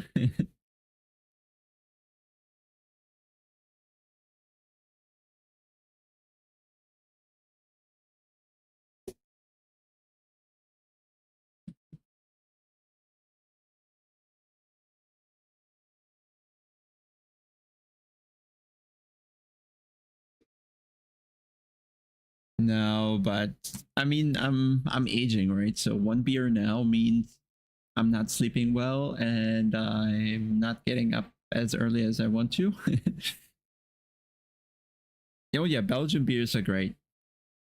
They early understood that beer can be a little more than just 3 ingredients and a single way to make it. Would you be able to match any BOP lap in 20 minutes? Hell no. In the BMW, perhaps. I could be there a little faster, but in the other cars, need to do the setup first. The thing in Germany is they have this obsession with Reinheitsgebot, so like the purity, what do you call it? It's not a rule, but I don't have the right word, but like a purity rule that isn't an actual law or something. Just something the German breweries made up to make Germans buy German beer instead of the better tasting foreign beer. So a lot of breweries are sticking to only a few ingredients, which are just the main ones. Shoot me how they're called in English, but you know the standard stuff that's in beer usually, right? And instead of being more creative and making more tasty beer, they just call it, well, we have the German purity rule. We follow the German purity rule, so it's all tasting the same in different degrees of bitterness. And I'm very happy that the younger generation has started brewing more interesting beer. Doesn't have to be the expensive craft beer, but there's just more variety you have with the Störtebeckers, for example, and stuff like that. And I have one in the fridge that is actually it has some orange peel in it, for example, and some other seasoning, so to say, which just gives it a nicer taste and is more sparkly and all that. And I think the Belgian beer is not adhering to any weird limitations, so there's more variety and more taste in that since a while. So I find them always interesting.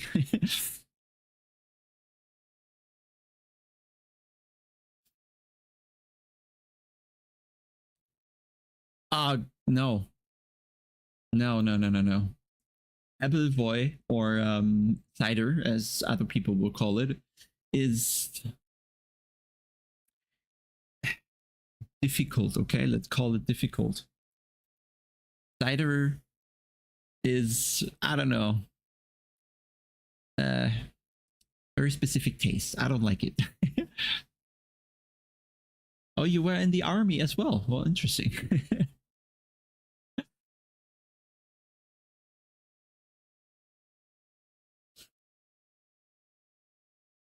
Well, I am in Frankfurt, so I have to put up with this Appleboy obsession. The thing in Germany is there's a lot of kind of local pride about bad food and drinks, which is really a thing.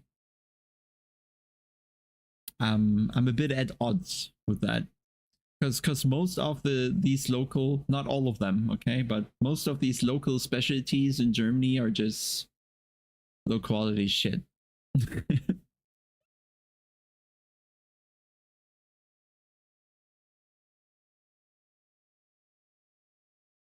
Avoid downward.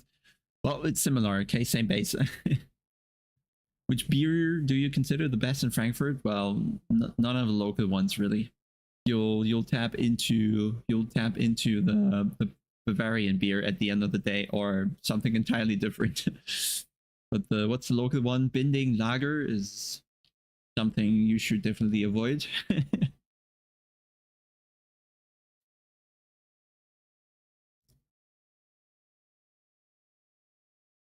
Yeah, Benedictine Weiss beer is good. Solid, right? Not special, but solid. And the bratwurst. I mean the only really good bratwurst in Germany, and I'm not into the meat stuff anymore. But the good tasty ones are the Thüringers or Thuringers, you'd probably say, because you don't know the U. So the actually Eastern Germany bratwurst has a good seasoning. But I don't know, the Frankfurter sausage is just wiggly and soft and blah.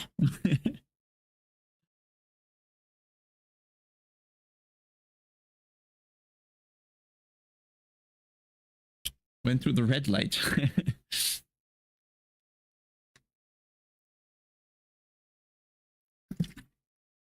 Yeah, I mean German beer. There's good German beer, no doubt. As well as there's bad German beer. I guess the same in every country. But it's like most of the or a lot of the German beers just it's weird. You wouldn't drink the same wine every single time. 2002. Okay, that's when I started sim racing.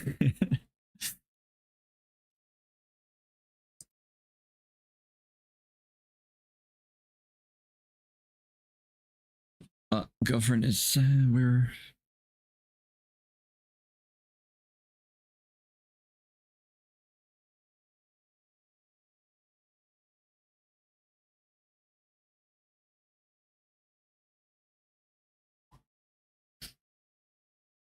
yeah. Okay. Guess we're just gonna be barbecuing again, which is fine.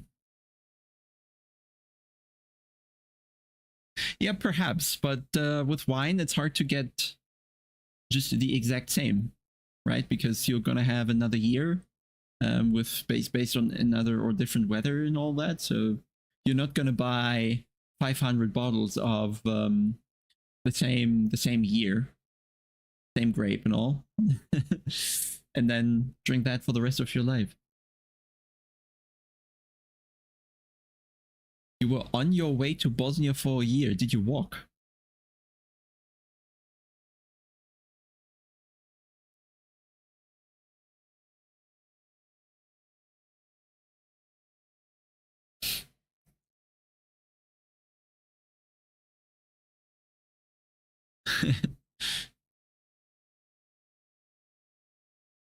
Oh, still 23 minutes. Well, tell me about your life, guys. But I get why other people just jump to the Zolder race, but I'm definitely not doing Zolder for fun.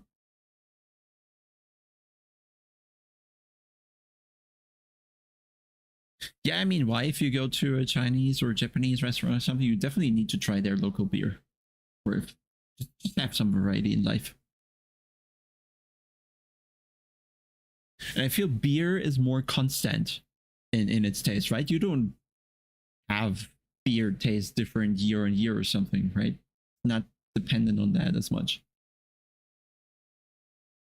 Interesting, actually, right? That it isn't. Or do we just have much bigger storage of the ingredients that are in beer? So we're not dependent on season outcome, so to say.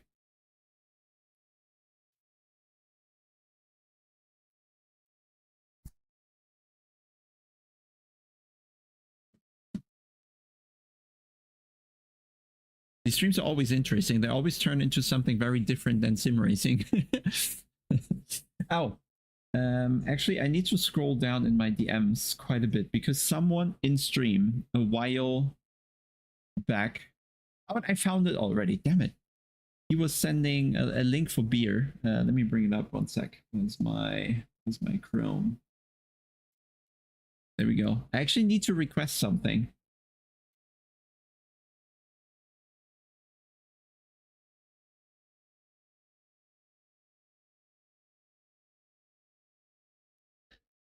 So that was someone in stream. I haven't quite understood if he actually works for that brewery, but if he does, we need to request some beer from here.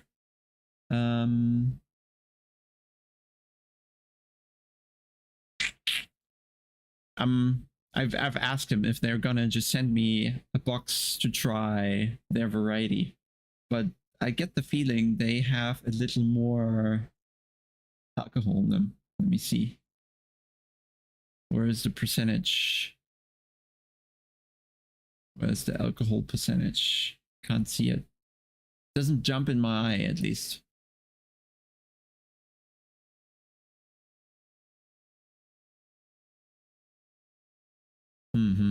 Beer. Blonde. Interesting. IPA, alcohol free. Alcohol free. Pale ale, okay.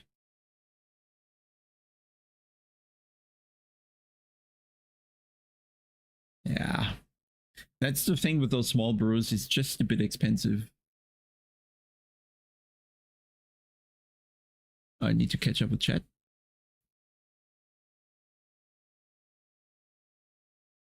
Manuel has an issue with sim racing.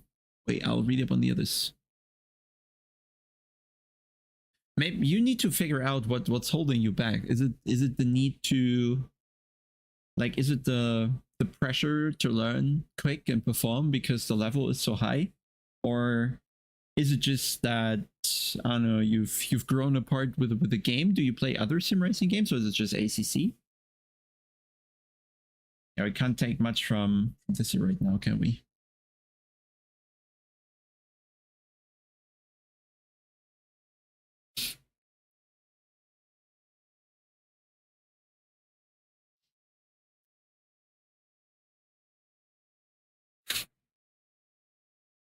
Hey, Ashes.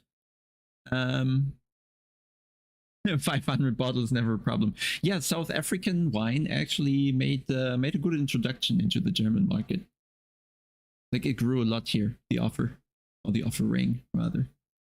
Moza R9 versus R12. So if you're not limited with budget, go R12.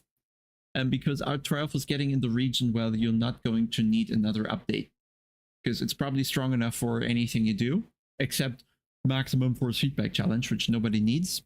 But most cars you're going to drive with power steering, none of them IRL is going to have more force feedback than that.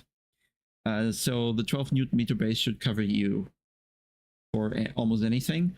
Only if you want to do like 1980s F1 cars without any power steering, then you'll need a more powerful base to go like similar to that. But 12 should be more than enough. I don't use more effectively than that on my 20 Newton meter base, so I'd advise going with the R12. And I also advise using my my affiliate links with Moza. I'd appreciate that a lot. But it's a matter of budget in the end. And I think isn't Moza the same thing? R5 and R9 are different bases, right? They don't just have a different power supply, right? It's not like Fanatec.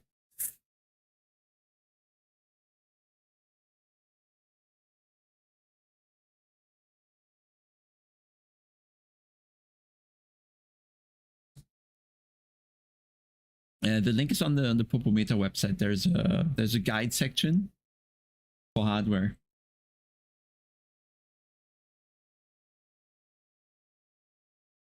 Yeah.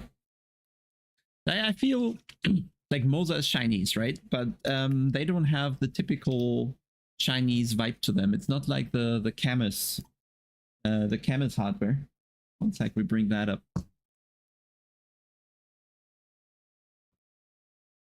Where is it? Like this here, for example, this has serious, at least for me, this has serious, I don't know, Chinese vibe to it. And I mean, all our electronics and hardware is made in China, right? It's not like the quality is bad, but this just seems like subpar design choices and all of that. So this definitely has old Chinese vibe, so to say. So to it. Say China quality 20 years ago, where you could say, oh, this is made in China, this is not good. But today, production quality in China is just the production quality we have. Yeah, it just, doesn't have any actual design, right? They just stuffed all the buttons on a circle there. Do they have others?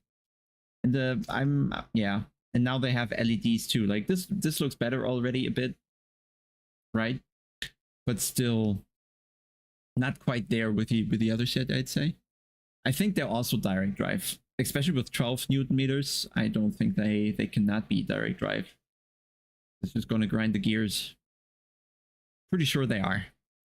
But also the prices have picked up here, so not much reason to buy those when you can get other stuff.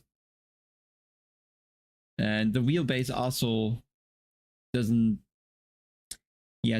quite look it, right? When you have a market that is as diverse as sim racing now, where you can choose from 10 different manufacturers for the same product essentially, why get the ugly one?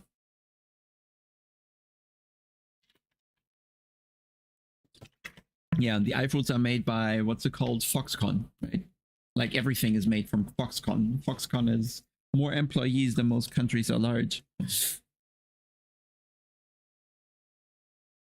Yeah, so this is not something. This looks like a Logitech Momo Force from 2002 or so. With a colored 3 buttons there. And maybe the QR looks fine, looks similar to the Moza one actually. But this is not gonna be something I will pick up, recommend or something. And Moza Camus is actually really aggressive. I get like 3 mails a day if I want to review the hardware. Nothing against them, but if they want a hardware review, they better pay for the time and live with the outcome of my review. The ugly sister's cheaper than the hot chick. Not quite. But yeah, this is not the hardware. If we go for Moza, well, it doesn't matter really which one, right? I think the website is a bit odd. It always takes a moment to load. That already looks better. That's the cheapest wheel, but the proper wheels from them, they already look good. Where are they? Formula wheels, like their latest ones, they look all fine, right?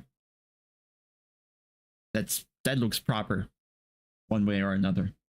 Everybody has their own style, but I think that looks perfectly fine. And has plenty of buttons and all that in the right place. The only thing I have with the R12 is that the base kind of, it's weird. It doesn't seem like they're actively marketing the R12, are they? Oh, or they changed it. Is the R12 the same as the R9 now? Or is it also a different base?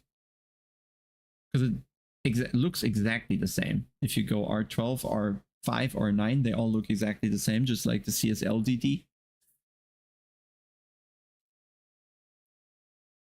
I'm yet to try the Club Sport DD from Fanatec with the 16 Newton meters or whatever it is.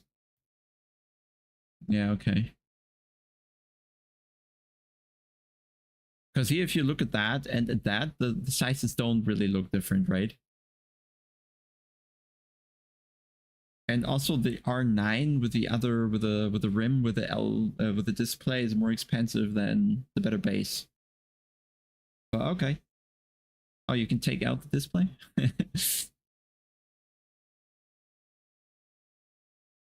But yeah, that looks solid to me. I see. Yeah, the issue is a bit with the pedals. For Moza, I think like they have these kind of CSL Elite pedals, right? Cheap ones. They have the cheap ones, and then they have the V3 style pedals. But I have never driven them, of course, so it's hard to say how they actually are. But they look very much Fanatec V3. And they come with their own mounting and all of that. And yeah, given the price point, probably you're just going to go at 500 euros. You're probably just going to go for some of the other offers that exist, right? Just check the guide. I collected quite a few of them, from VRS to SimMagic to Cube Controls to whatever. There's so much right now. Where's the guide? Where's the hardware guide? Here. You just go to like all the pedals here, right? SimMagic, SimLab, and some of them look really, really good. I actually don't have the Cube Controls. Do I just have them in the last category? Probably, right? Yeah, here. These. And so these look nice, I find. These look nice. And these also look very nice, but of course, yeah, they also expensive, if you ask me. But they look really nice.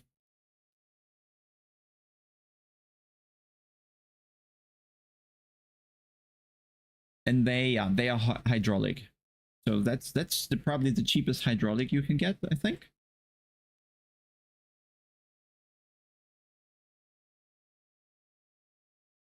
Cube Controls, and these look good as well, if you ask me, at least. I like just the tiny touch of color there, just makes it look nice, I think.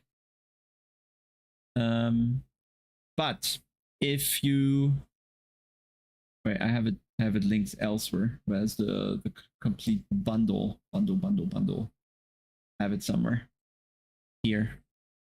The bundle. I think this is the most interesting top range and only top range bundle you can have.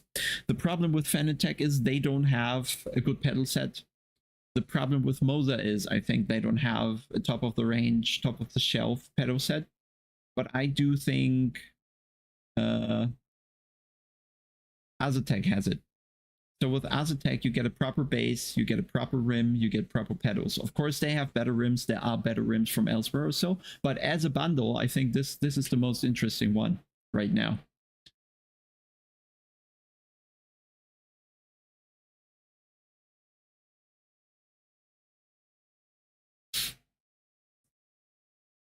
So this probably is a very competitive offer. And yeah, nice that it works for you.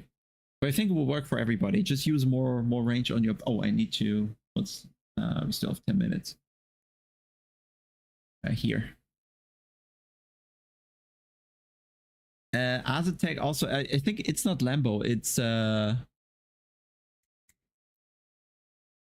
other Italian hyper sports car thingy. Am I stupid? Zonda. Pagani, yeah, Pagani Zonda, yeah. I think I tried the Pagani pedals on the Sim Expo, but that was in some motion rig. It worked. No, I sadly didn't try it. I hardly tried any pedals. Sorry, I had the active pedals on the Sim Expo, and maybe actually I'll go to the next Sim Expo with an actual attempt of testing all the hardware and getting impressions on that, actually say something about it. But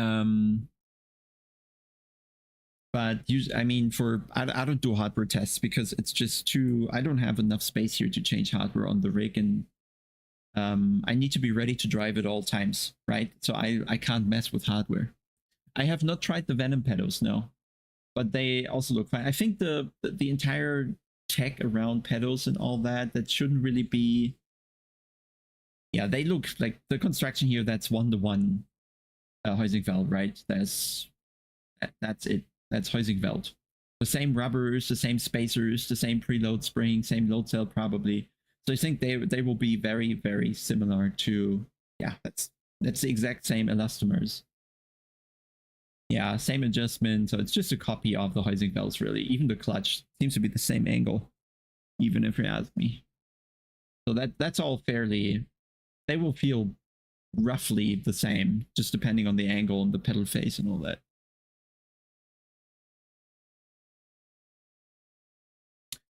Well, the thing is, Assetto bought the SimuCube 1 license, so to say. So it's just going to feel like SimuCube 1, which is going to feel like the VRS, which is all the same motor inside there somewhat.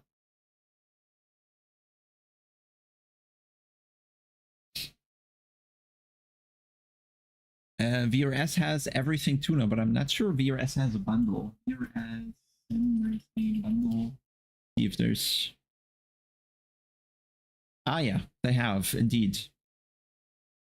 Like we were driving with the VRS rim in the Rennsport offline races. Not sure, because the thing is, there's 3 different button colors. It doesn't quite make sense, I feel. Like the buttons need something on them to differentiate them. And I don't think, I'm not even sure if that's a full rotary. I think this is just from one side to the other. I'm not sure if you can go all the way on the rotaries there. But yeah, the buttons could use some more variety. Because, I don't know, press the red button, you know? That's the issue. Press the gray one, press the black one. I think the blacks are actually rare. But then here's full rotary. So it's all there. There's plenty of options, but still. The rim is production quality and all. It's all good, right? But I think there are nicer rims. Simply put. The pedals are okay. The brake wasn't for me though.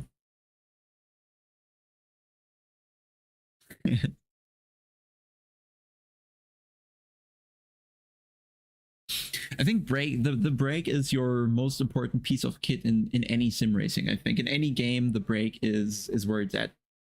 Force feedback is all nice, but you can work without force feedback. But you need a good brake. You need to know what you're doing there, or rather, the brake ties into the force feedback. You need to get information from the tire slip, so to say, into the wheel, and then you can kind of connect that to your braking input.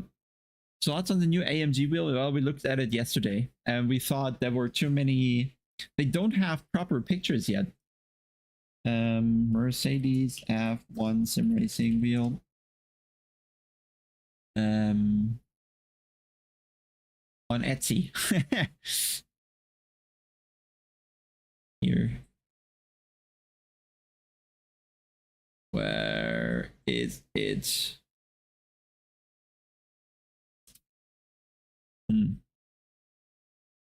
How's it not making it to?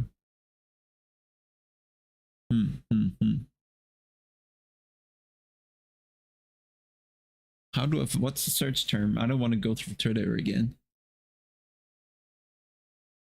SimLab F1 AMG. There we go. Yeah, the prices are ridiculous, but I guess it's a good wheel. But yesterday when we checked, to go really close, you see there's a bit of a gap in the rubber, and there's a bit of rests of the glue, things like that, that don't make it look particularly high quality. But I think they didn't have time to do proper pictures with a proper production unit, and like the stickers are peeling off here or something. I don't know. They don't look. They have a border, right? Which means they're not gluing perfectly, or it's peeling off there a bit. It's probably well and functioning or whatever and all that, but it's also overkill. Like there's 1, 2, 3, 4, 5, 6, 7, 8, 9 rotaries. And what's 1, 2, 3, 4, 5, 6? So 12 buttons with the shifters, 14. clutches. Maybe there's even more pedals on the back, I don't know, or buttons on the back here or something. Nice. But yeah, no need to go for that price, right? There's more buttons. There you go. Okay, so how's LFM doing? 2 minutes. So let me pee and then we join the server. Let me copy this here already to the game.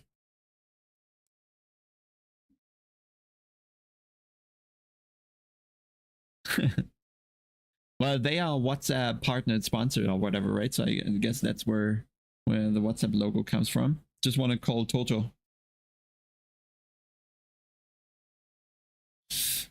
Be right back, guys.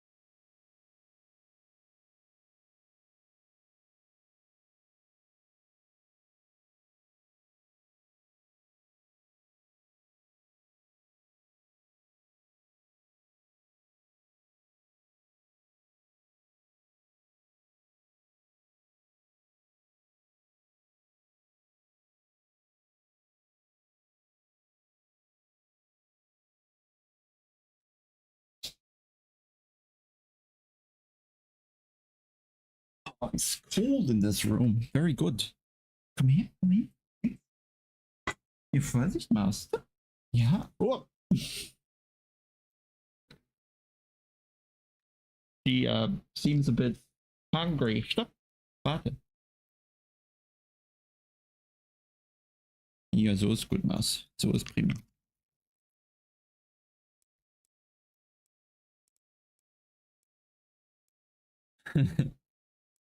Ja, du Gute.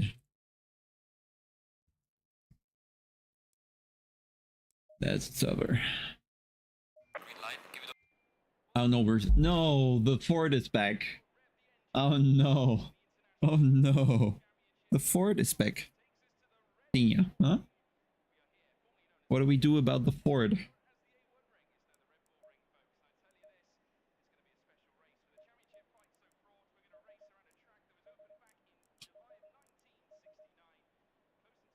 Yeah, you'll have to go in a moment. Yeah. Hmm?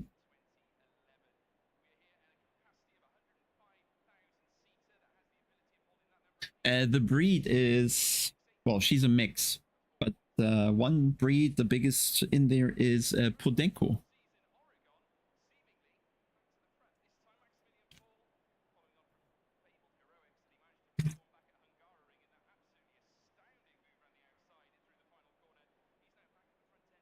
Oh, is it Thursday already? I thought it's Wednesday.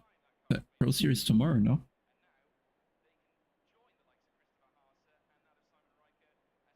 Will you let me drive?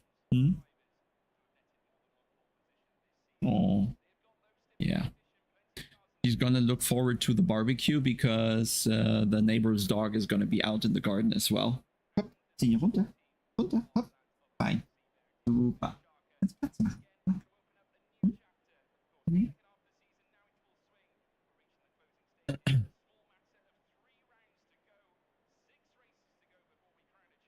Fein. Gute Maus. Ganz fein bist du. Right, fuel. Let's take a couple more liters again.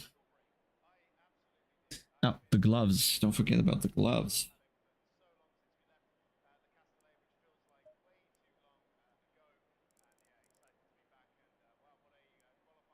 Green light, give it a look at. Oh no, we were slow. Oh, we're gonna pass the Aston. The turbo lag is just insane.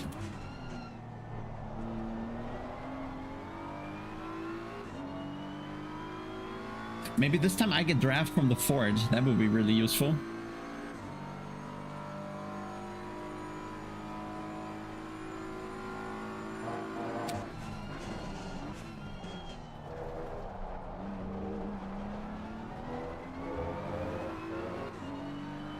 Let's see.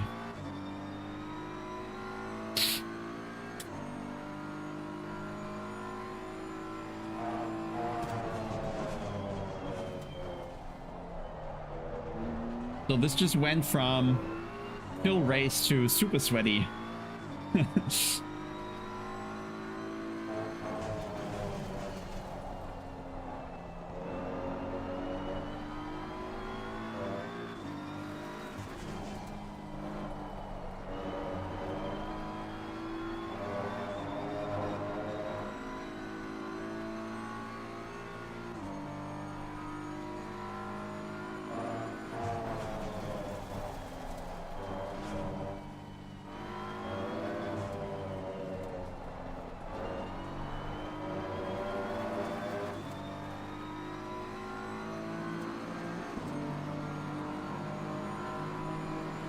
Why is it invalid?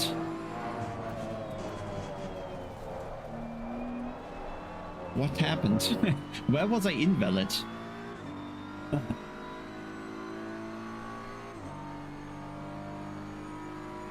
Top 3 for Elo, okay.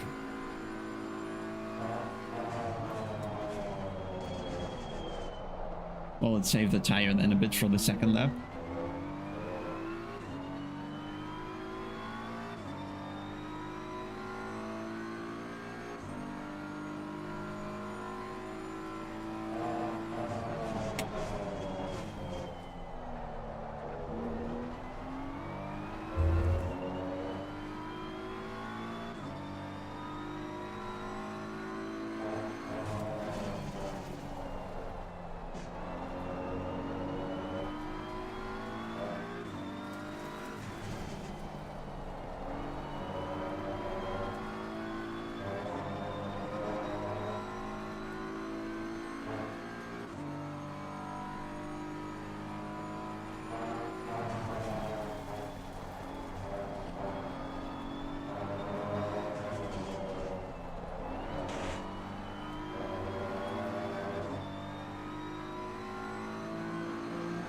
He's on fire.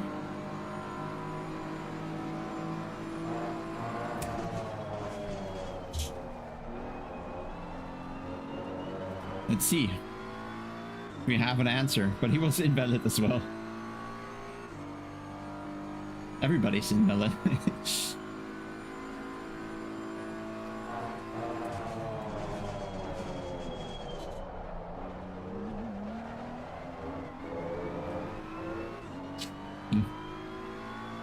Bit too much bounce.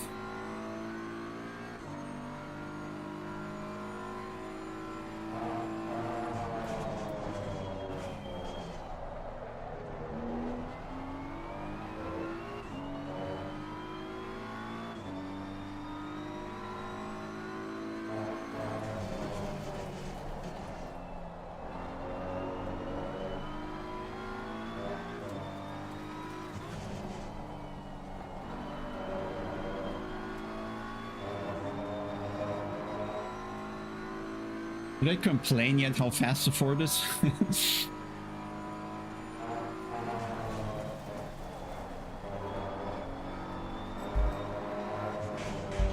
Oh god. Nice. Well done, mate. Not since yesterday. Yellow flag, exactement.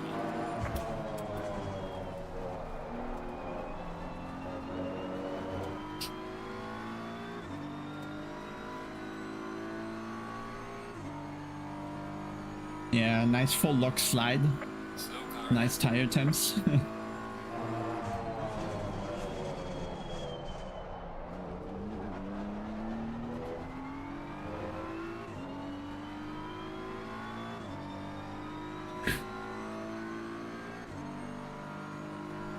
True.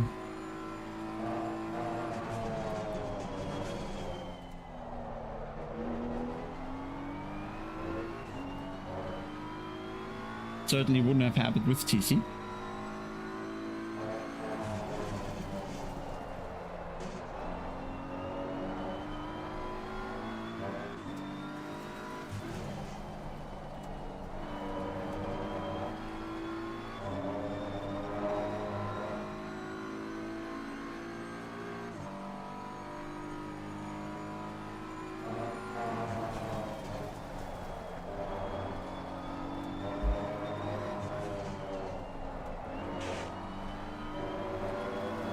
Now we have a lap at least. Yellow flag in sector 2. But we are 4/10 off. Which are in front. Well done, mate. This has been impressive, guys. Your lap time is invalidating. Please try to stay on the track. First set, I guess. A bit early actually for first set. But anyway.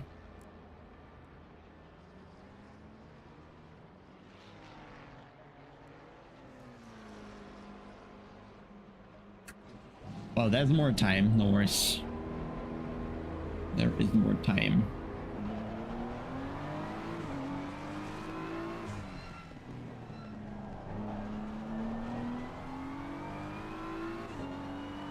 Oh god.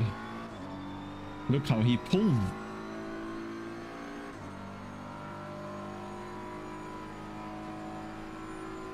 Car on the right. Clear on the right.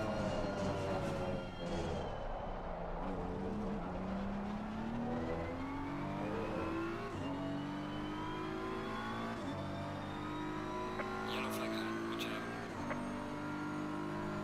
No, only, well, no, aero maps don't differ from track to track. Only on Nürburgring or Nordschleife you have different ride height limits, but it's still the same aero map, or it should be.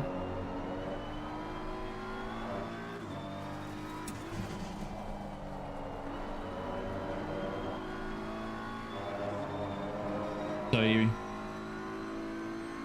we really need to go fast, huh? Yellow flag in sector 3.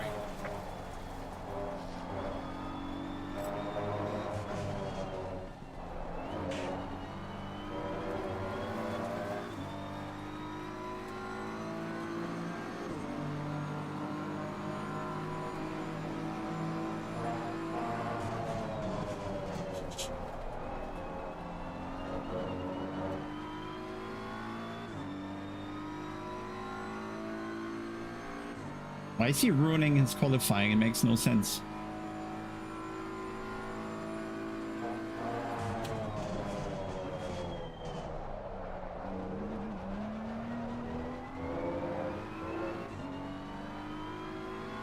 Probably.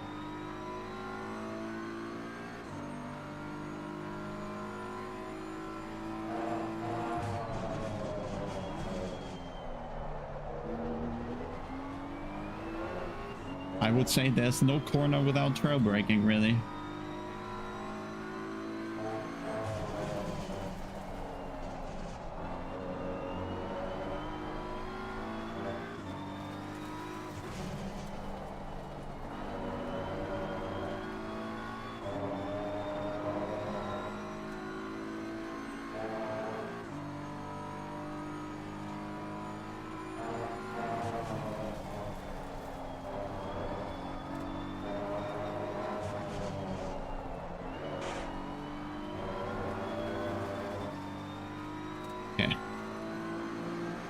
First flyer, that's good. Well done, mate. Personal fastest lap.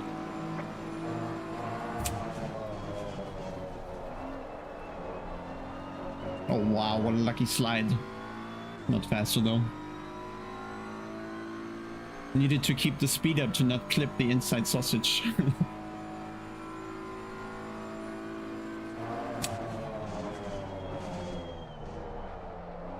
Yellow flag in sector 1.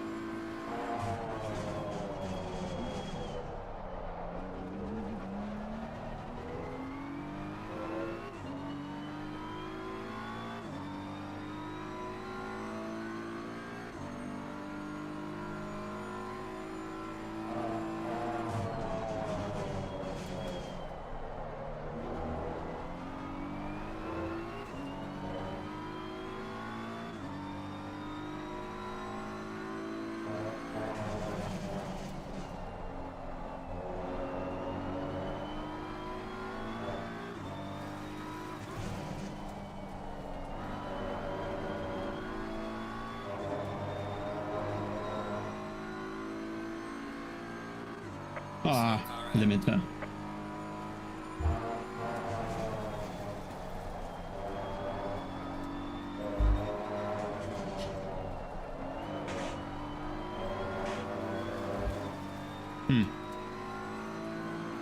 Don't think I'll improve.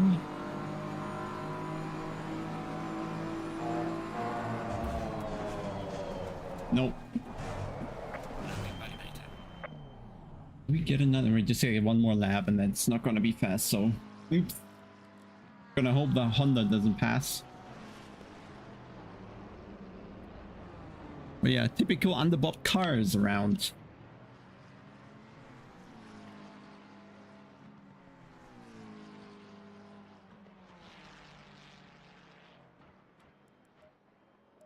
You can already make it.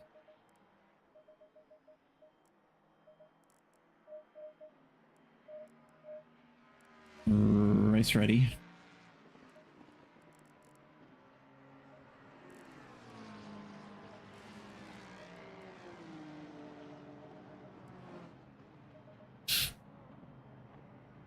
Mercedes, Honda, Ford, I think.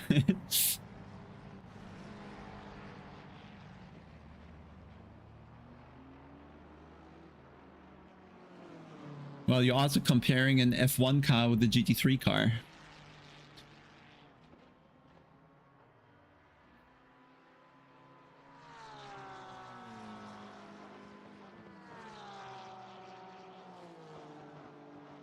Careful with the number 2 driver. Florian Ducup is dirty? Oh no.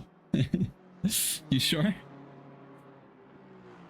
Oh yeah, Porsche probably under BOP'd as well. It's just those cars that aren't driven often. Honda is not driven often, so it lacks the good BOP lab. I guess the Ford seems to be just always underbopped so far still. And then the Porsche, they kind of decided not to do the BOP labs because they're still benefiting from it not being as fast as it could. And then the Merc, yeah, they generally don't drive labs. Yeah, LFM on Austria once more. Final time though.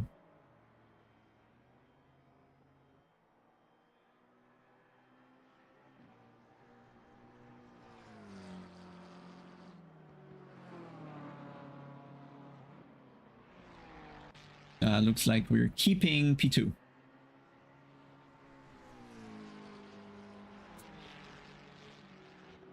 No, final time for today and for the week, perhaps, because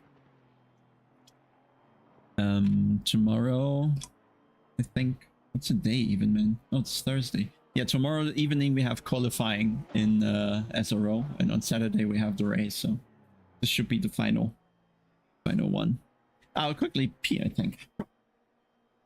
Be right back.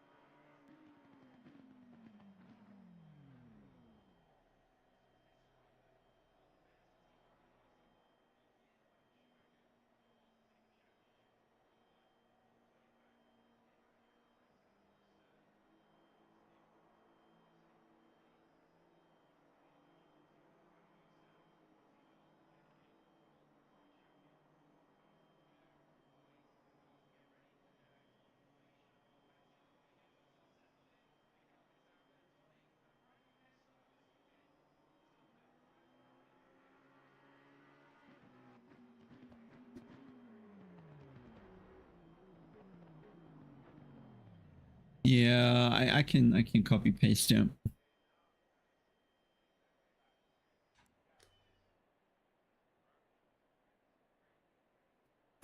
So much rating.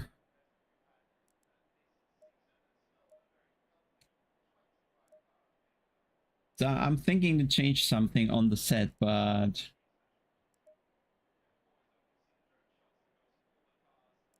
this is not the race to try, I think.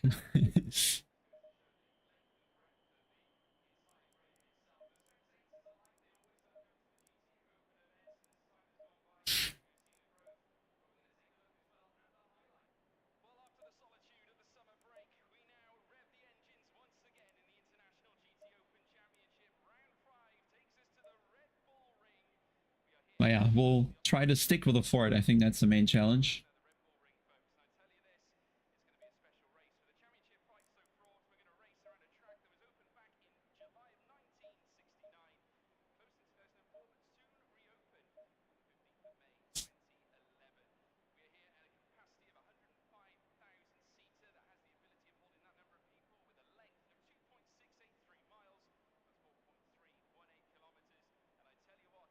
Yeah, I think yesterday we had a rather like a 24C race or something.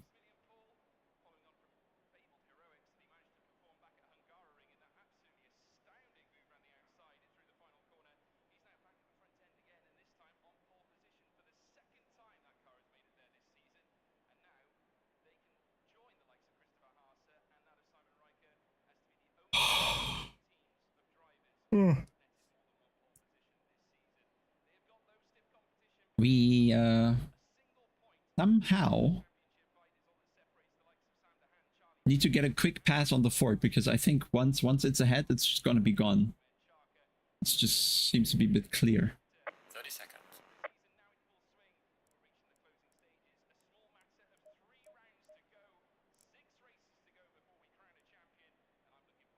Seconds.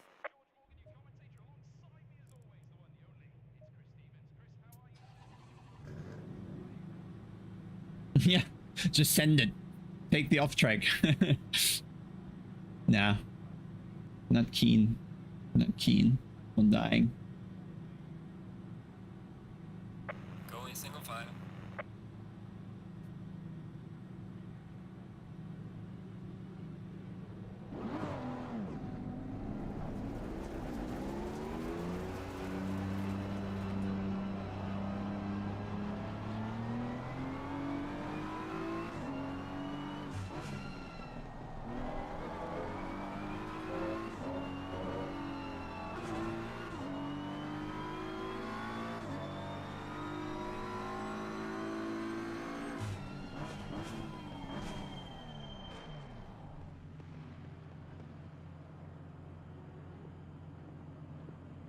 Oh, did I go too far? No.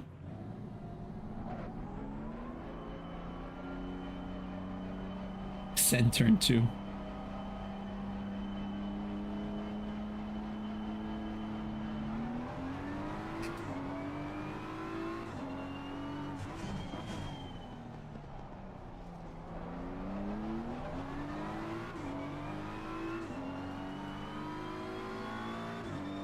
And kill the tire.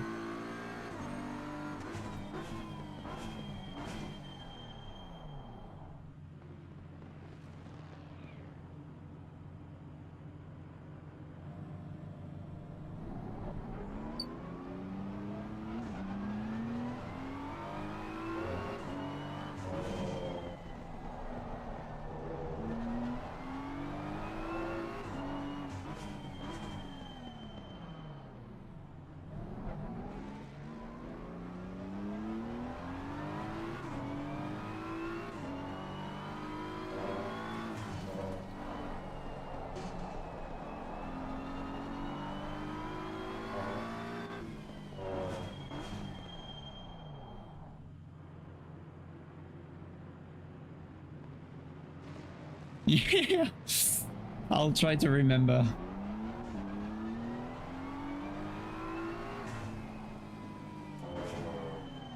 The thing really with a Ford is I need to go to the absolute limit of what I can do to just stay with him.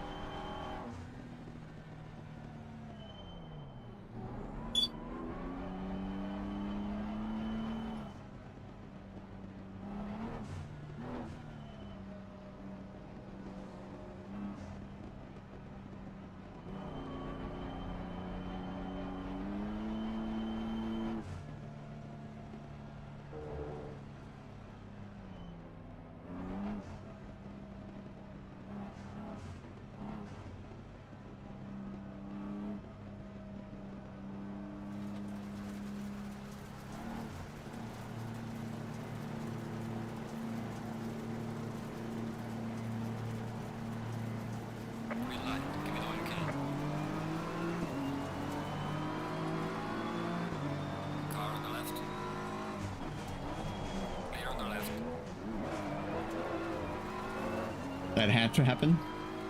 Car on the right.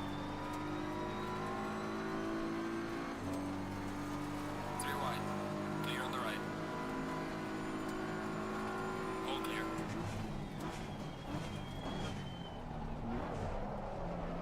Car on the left.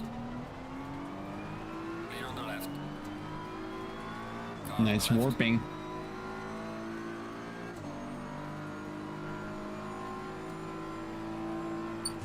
Clear on the left.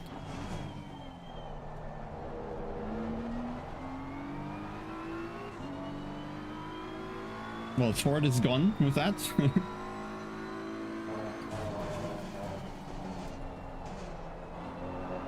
pit is now open.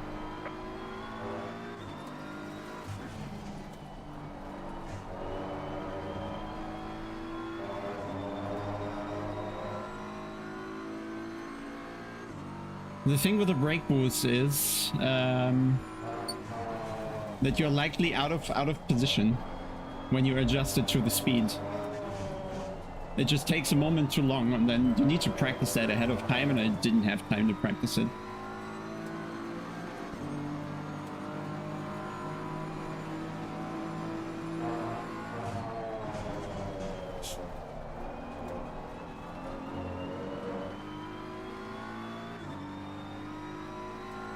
And on the dirty line, it doesn't really get you anywhere.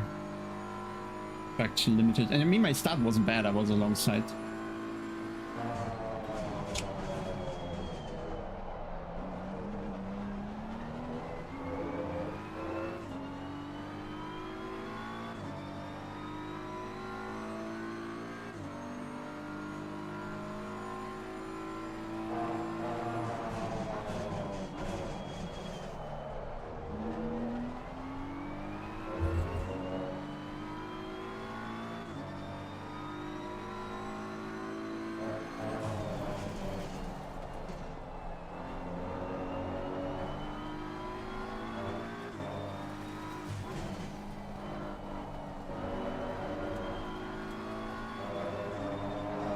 Honda flying.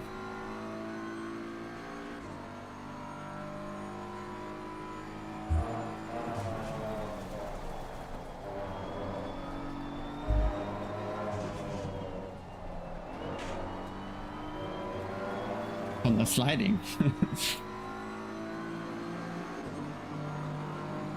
done, mate. That's what we like to see.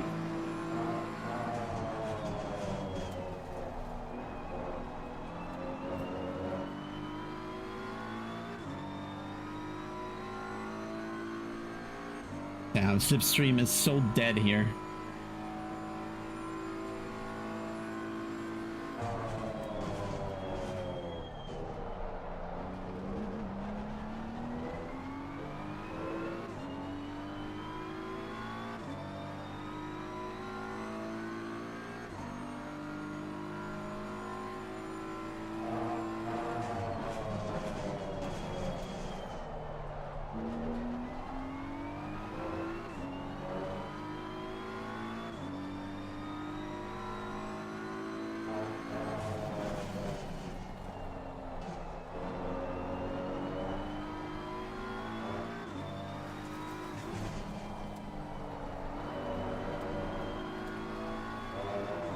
The Honda seems to have tricky balance.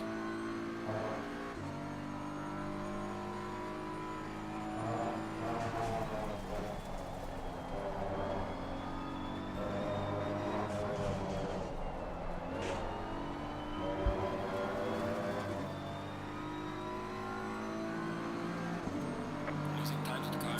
The Ford.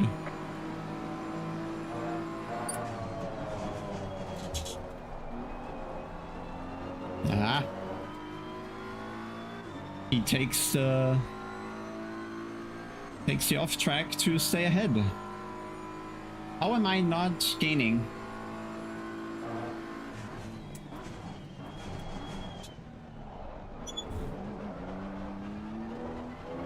Yellow flag in sector 1.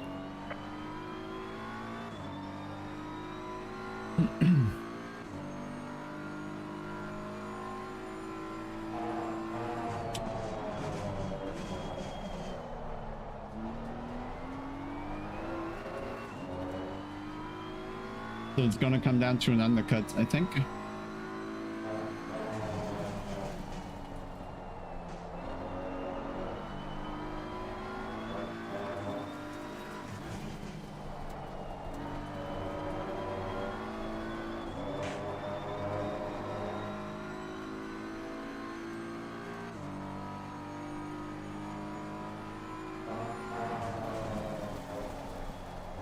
Oh, he does make mistakes, plenty.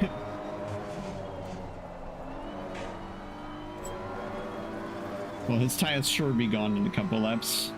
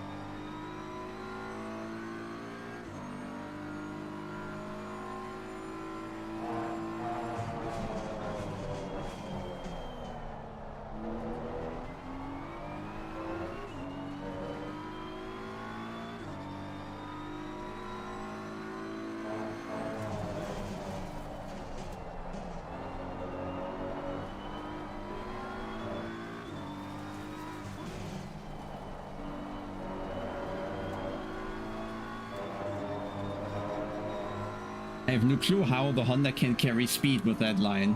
It was so far offline.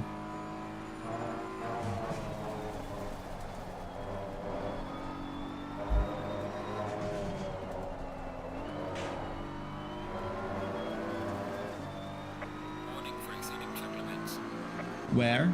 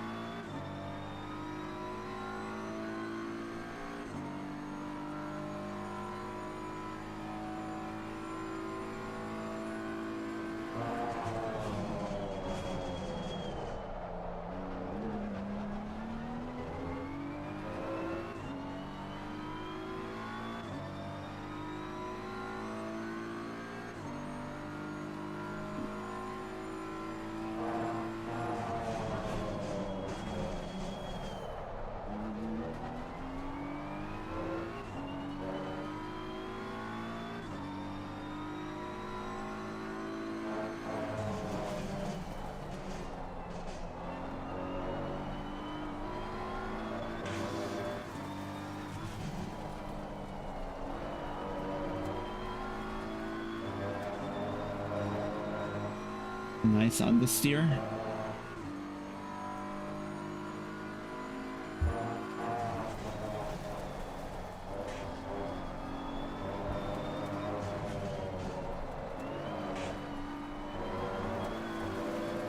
Why am I following him?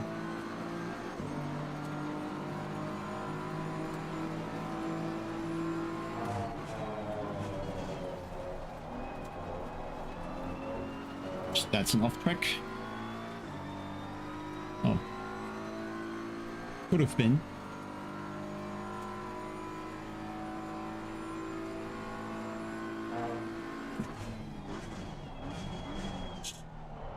Car on the left. Clear on the left.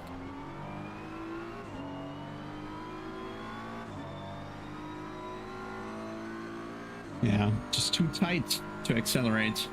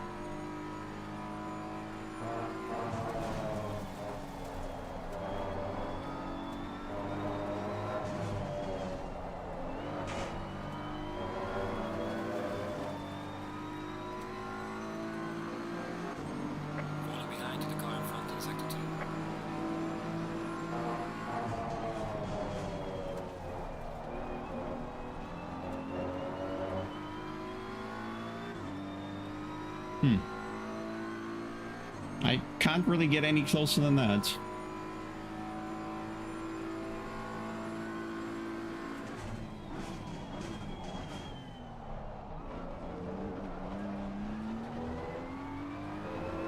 No chance.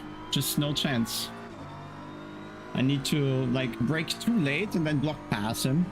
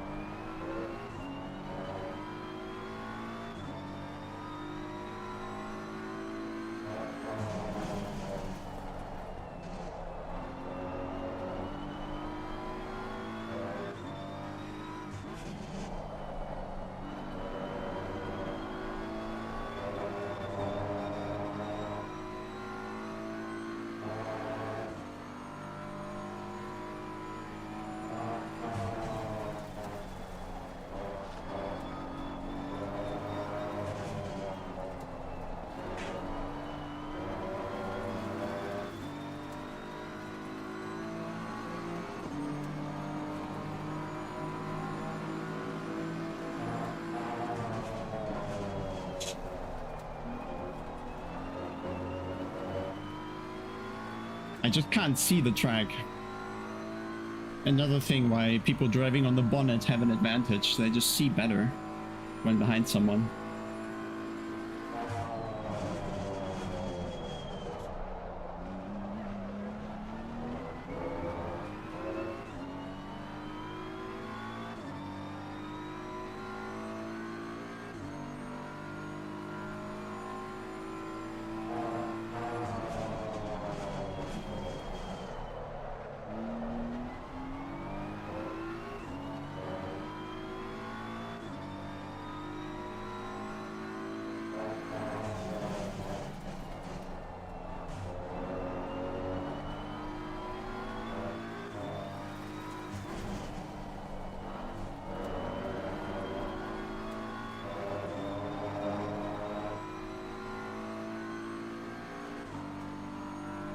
I'm faster, I need a way through.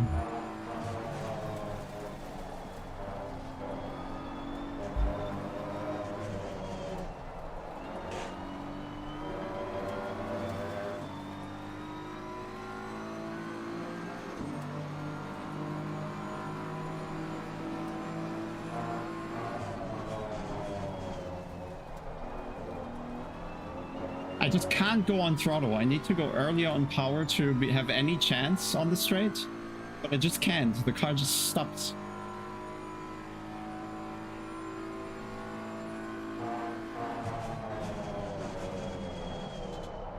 Just stops rotating as soon as I touch the throttle, not full power. And if I go full power, I just slide away.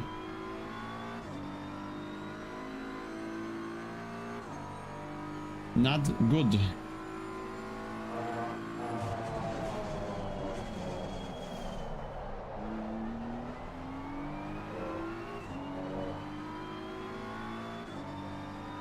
Exactly the point where I need the advantage, I don't have it.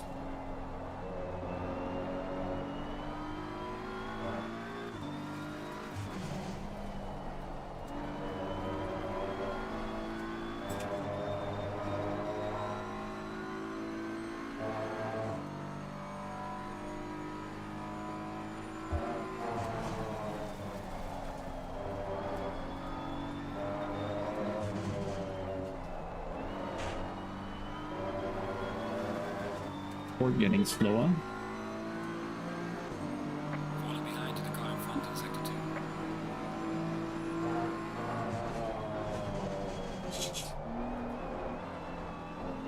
2. Yeah, it's so tricky.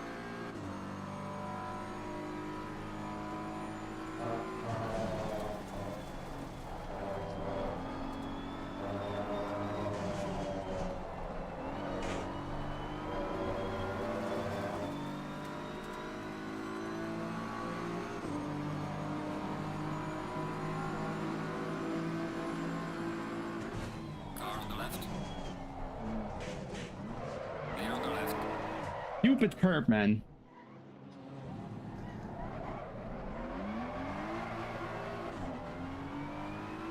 Ah, stupid car. Clear on the left. Clear on the left. It's just incapable of taking any ground. Yellow Stuff, flag, man. sector 3. Mercedes would go right through.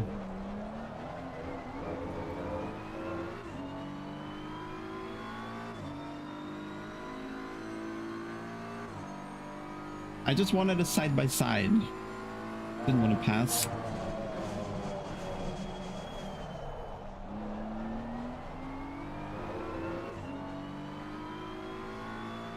Man, this is so dumb.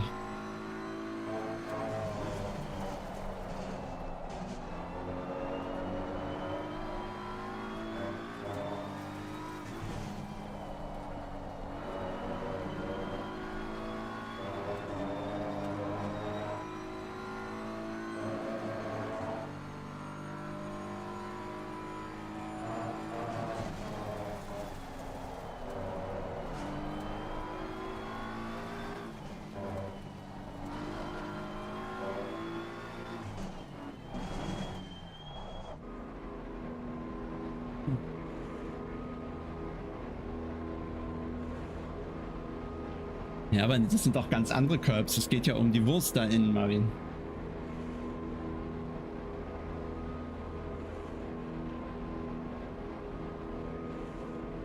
Need an undercut here. Too far. No, oh, that was lucky.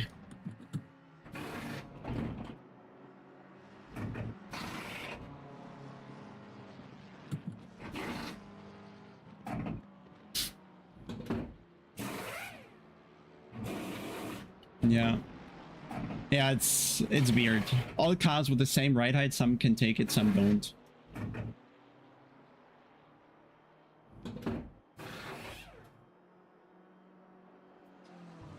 Mandatory stop is now clear.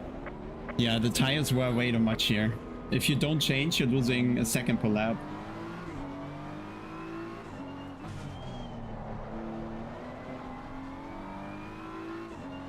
So we need 2-3 really good laps now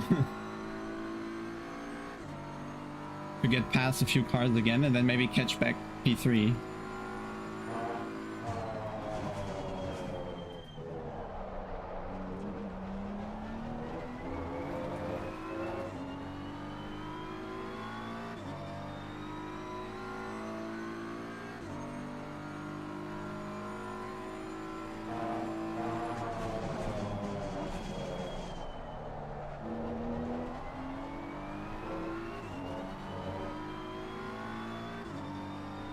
I guess they're pitting as well now.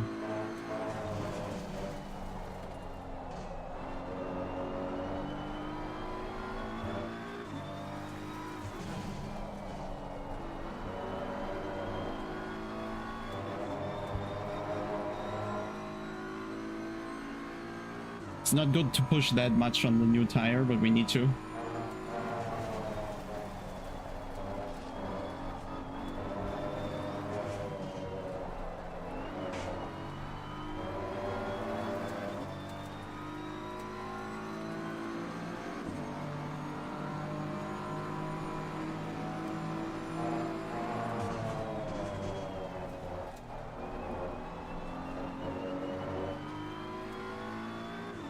All good learnings for Saturday. Yes, we always change tires here. Because the minimum parking time is 25 seconds, or the minimum stop time. So you're only gaining 5 seconds not changing tires, and you easily lose that afterwards.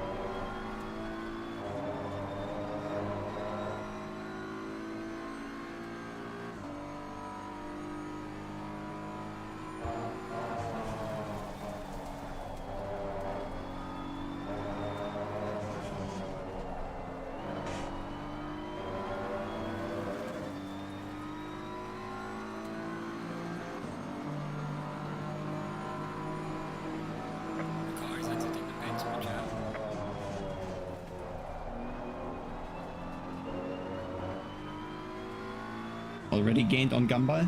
Looks good.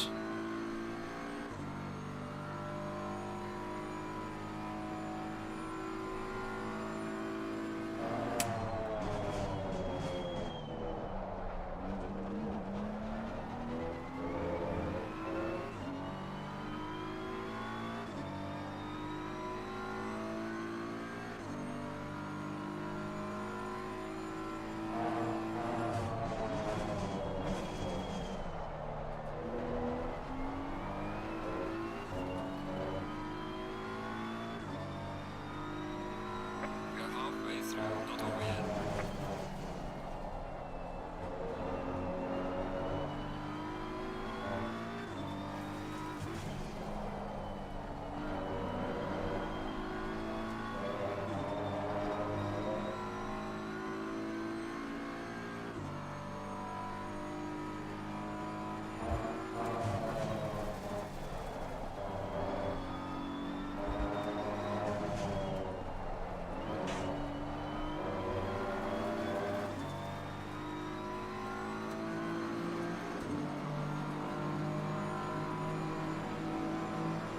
There's a car leaving the pit lane, watch out.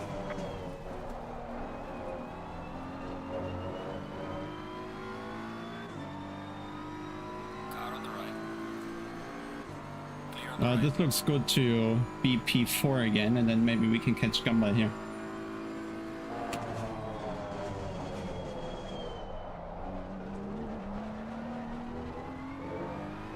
Maybe we can pass a BMW on track, at least. No Pro Series for me this season.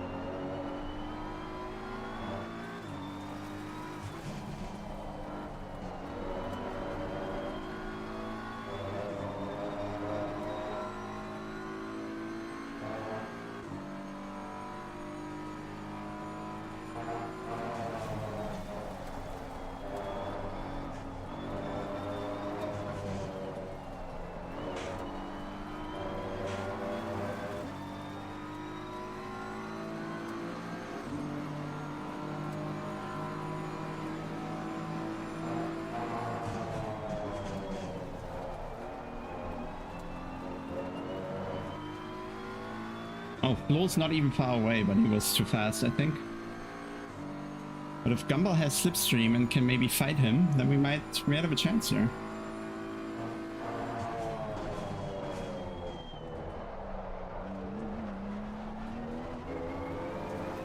By the way, how are we only 5 seconds behind the Ford with the spin? Makes no sense.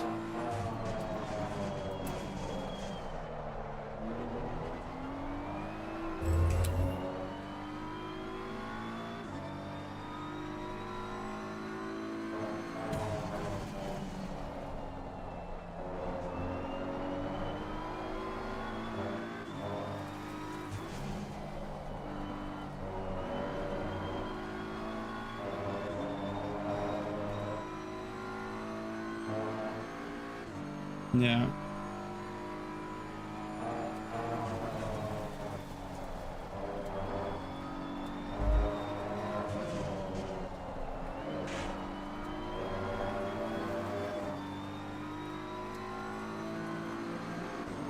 Gaining on the car. But we won't have tires left, I think.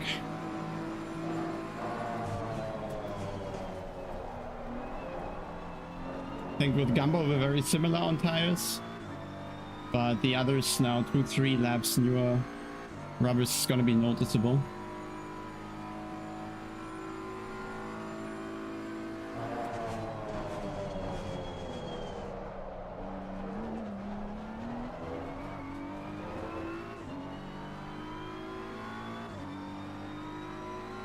Nah.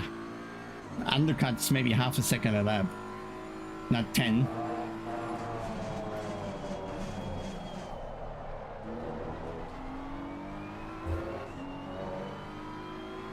Even if it's a full second, which I guess it's not.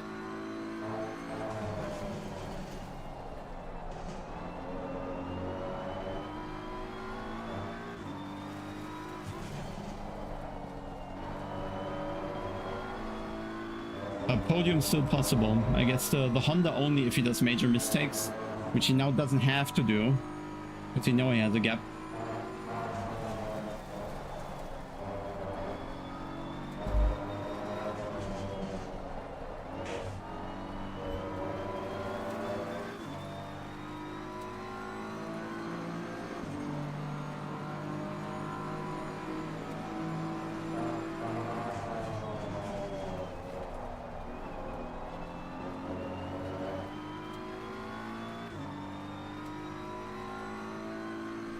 Yeah, leader pitted.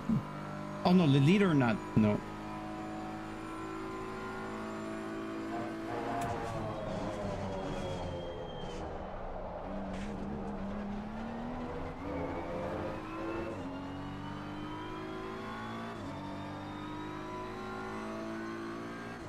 Must be very bad traffic. Like I would be way ahead now.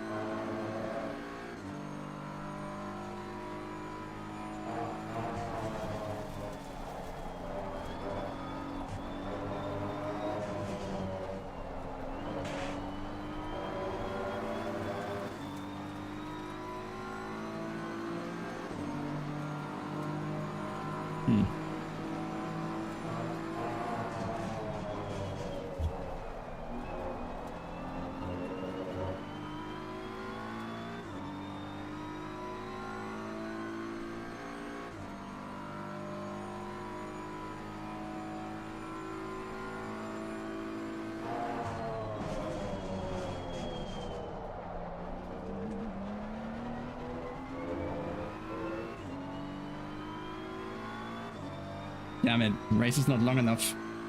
I'm gonna get the drop off now, and Gumball gets it in 3 laps, and by that time... So he's gonna go faster now the next couple laps.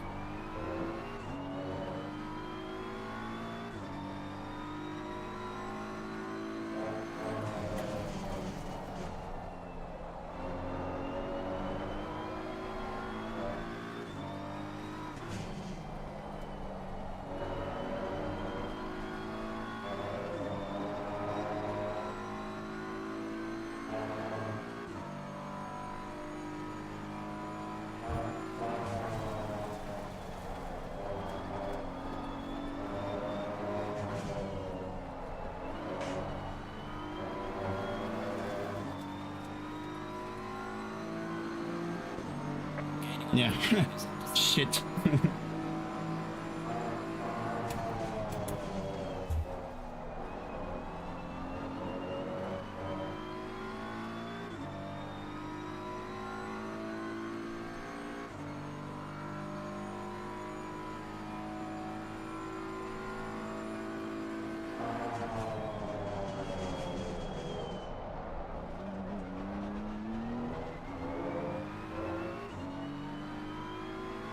Well, it always comes around the same time.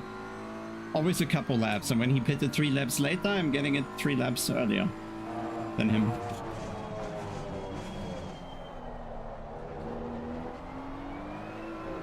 You just feel that the rear becomes more slidey, just not enough traction.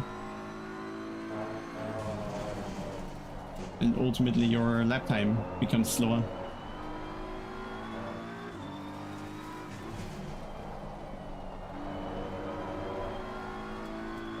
Trying to drive as clean as possible with as little sliding as possible to maybe contain the tire somewhat, but it's just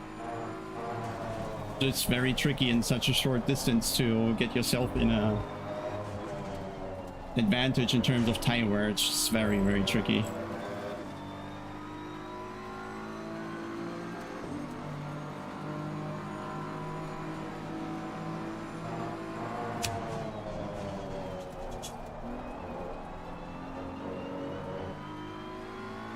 more something for the full hour, where you can perhaps build yourself an advantage over the stint and then have the last 10 laps faster or something.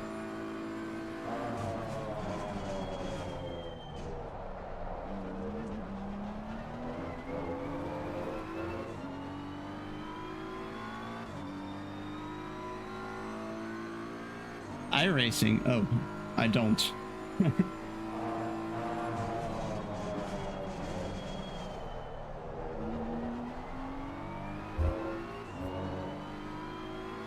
It's not the same kind of driving. I don't like it.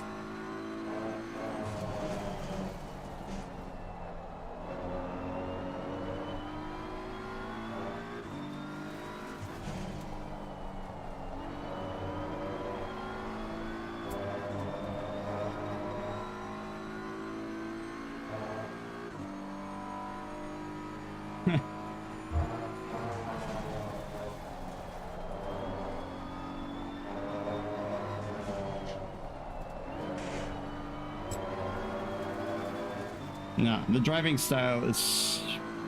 I like to push cars, and iRacing you're babying cars, and that's just annoying.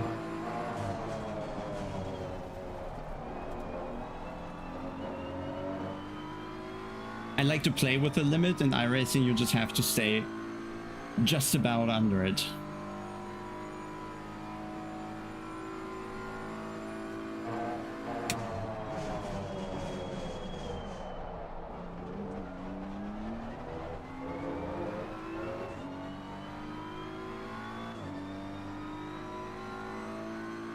Hey, David.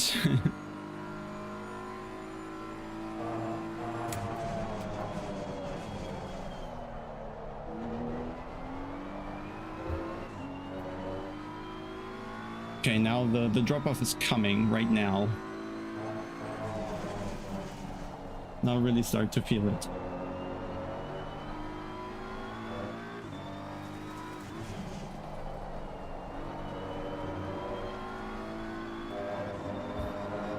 I can just hope that he drops really fast now as well. Come on, follow me in my tracks.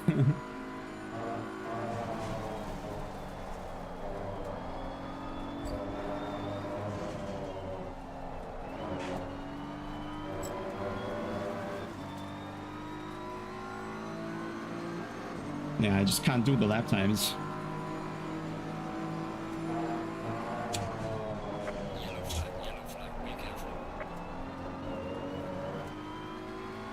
That was a lucky slide. Car on the left. Clear on the left.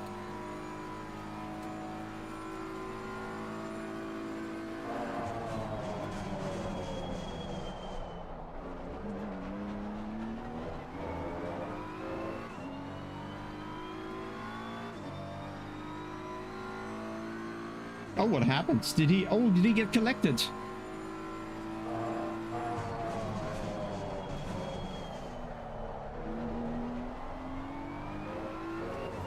No.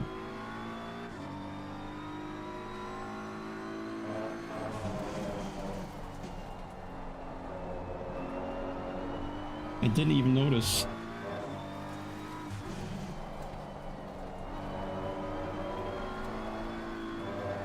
So we need a mistake from Flo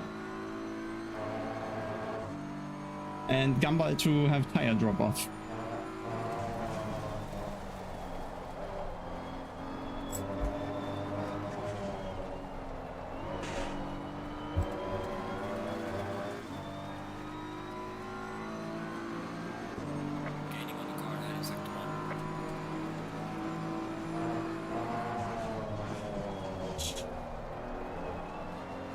Now he had a slide. Let's go. Coming for him as well now. Lo also lost time. Uh-oh, it's not over yet, guys.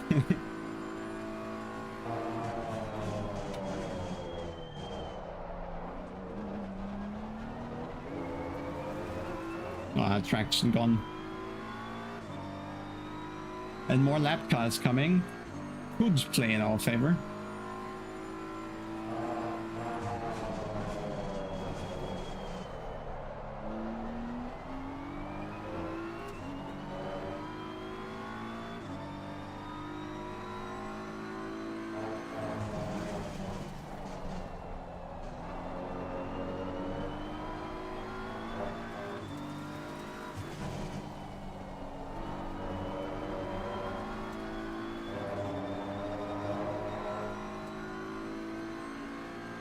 Hey, Stulle.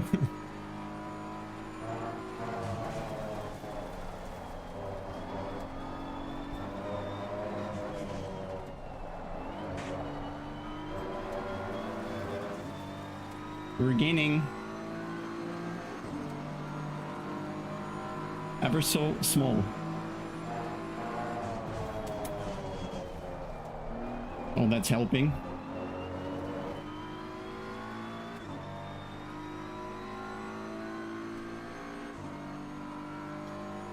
Yeah, traffic's gonna be... Oh no.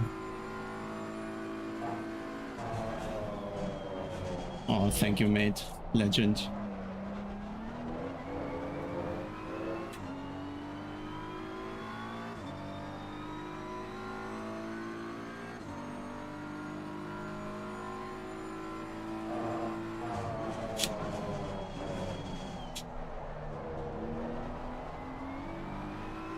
Car on the left. Clear on the left. Net gain, I'd say.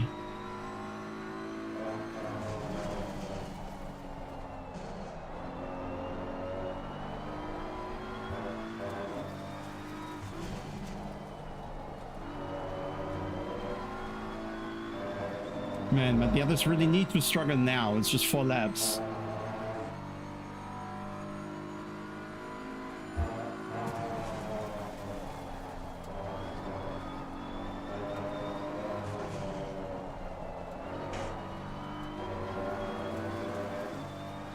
Warning for exceeding track limits. Where?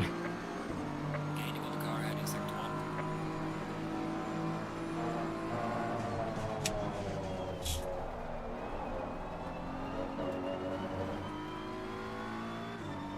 Slipstream. Tiny margins of slipstream. 200s. 3. 4.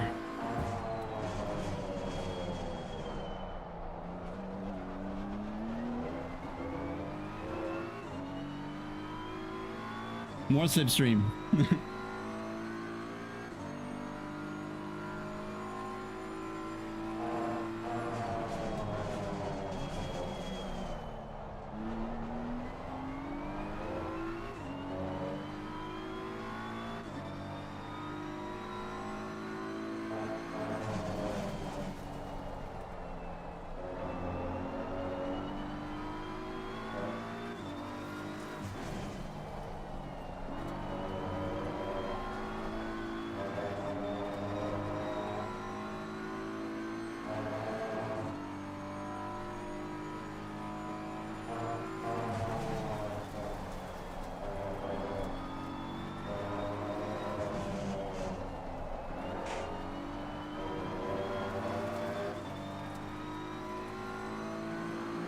Let's go.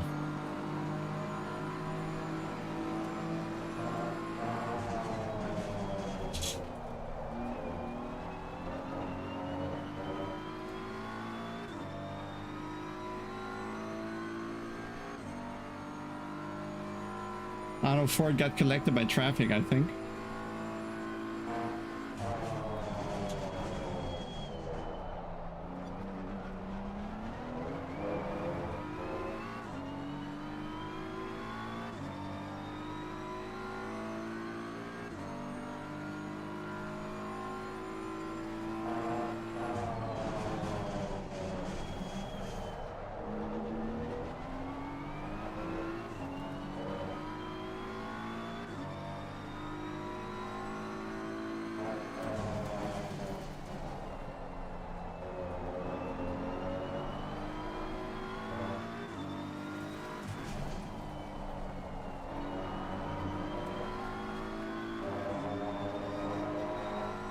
I think Honda is gone. No chance. But here's something open with Hendrik.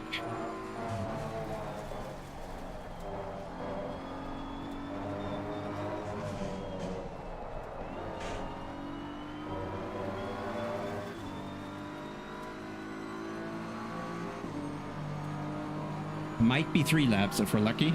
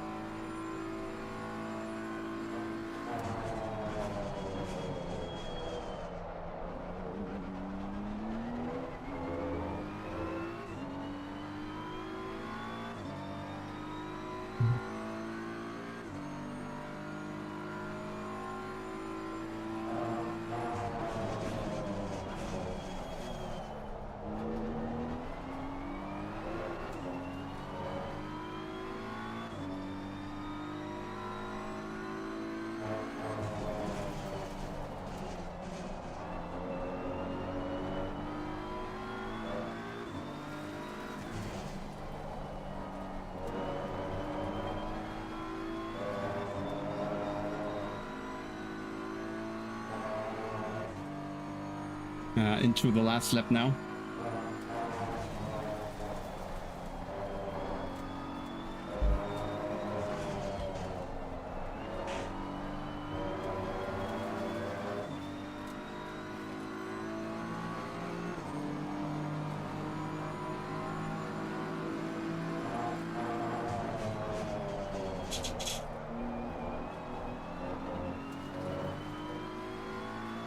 Nope, not enough. Nah, too risky. Pit window is now closed.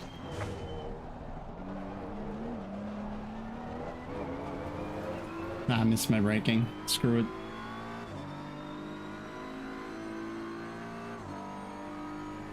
Damn it.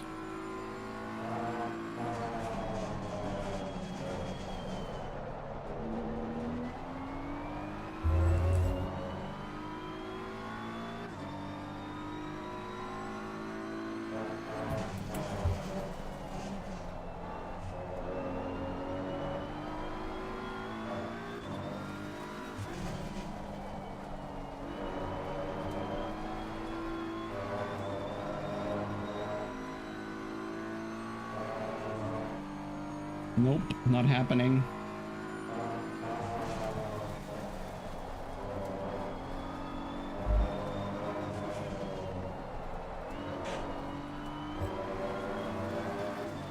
Damn it, but still.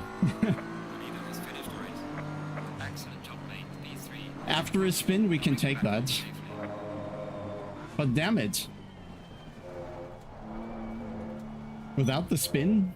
Oh yeah, no matter, everything would have gone different if I hadn't spun.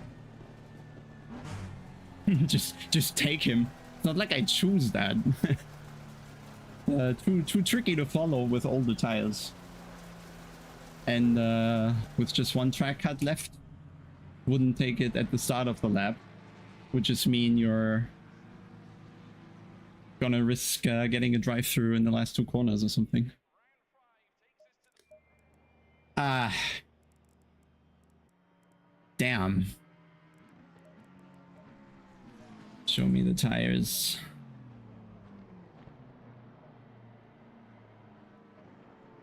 God, the tires are bad.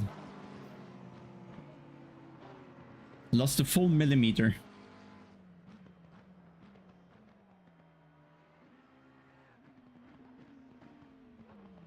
Black flash with yellow circle, you have too much damage, I think. Yeah, Ford is probably pissed. Shall we bet?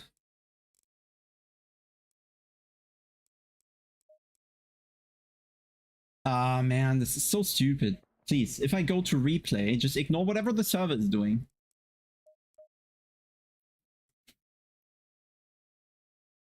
No. Cannot see deck. Let's go to the replay.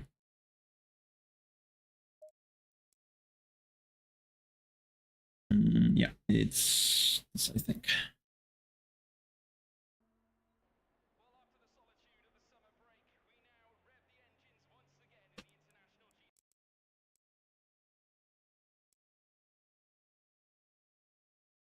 Oh boy.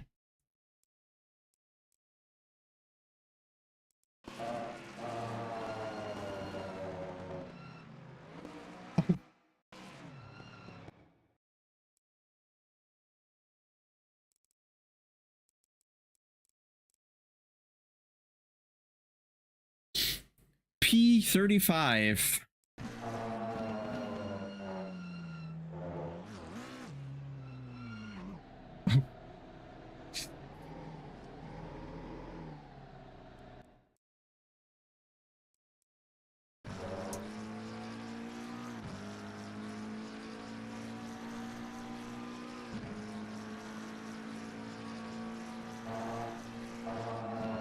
Yes. Very, very unnecessary, but he just looked at the wrong marker for sure. That was a back marker, yeah.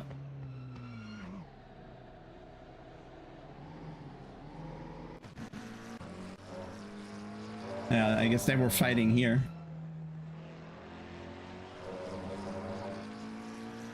And then he was thinking, oh, well, I can gain a position on the other McLaren, so now it's my time. And the Ford already, look at the Ford. He's already flashing the brakes to tell him, take care, mate. Nope. And he sees it coming, tries everything to avoid him, but yeah, that's, yep. That was rough. That was rough. Well deserved for driving the OP car.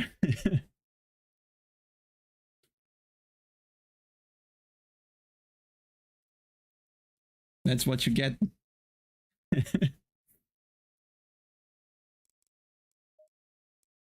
But I mean, yeah, we need to see, well, I need to show my incident because that was equally stupid. Natural replay.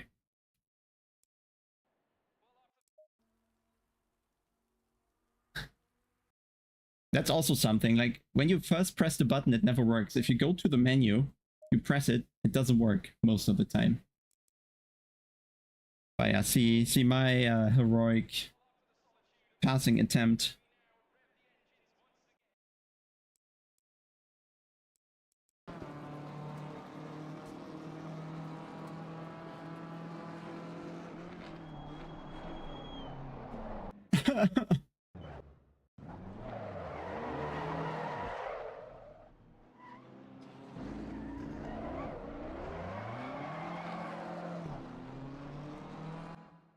Stupid curb, man.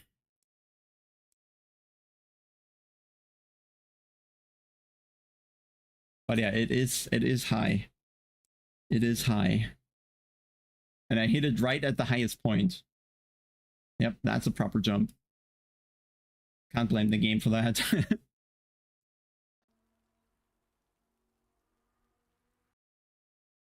At the start, the Ford turned in without intention making the corner? Nah, that's all good. Just trying to survive there. I think that's fine. Okay, guys, I need to shower and get shopping to do barbecue. Yeah, but it's good that we had some experience with that curve now, so we know what we're facing.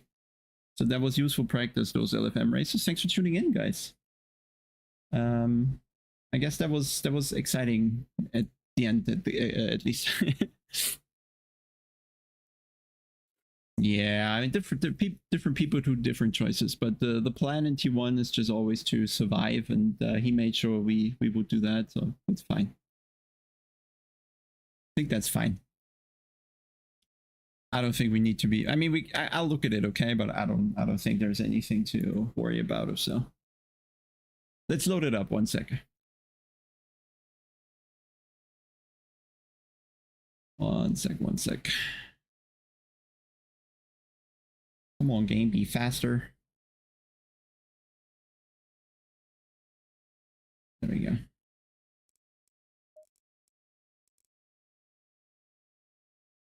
My start was good, and I thought, okay, maybe that's a chance I needed.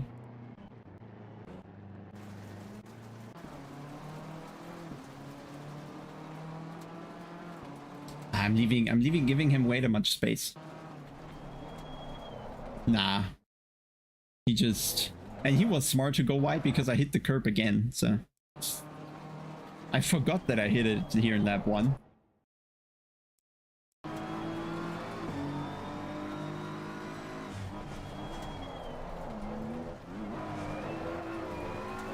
And then I couldn't put the throttle down because that would have killed us.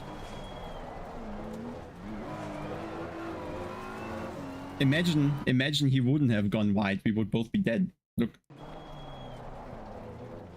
If he's any tighter here, I'll collect him. Yeah. Nah, that's all fine. The issue is we're braking exactly at the same point. Like both our nerves ran out at the same time. Look at it. Yeah, I think exactly the same moment. Look at the brake lights. Yeah. good sense of no, not any further.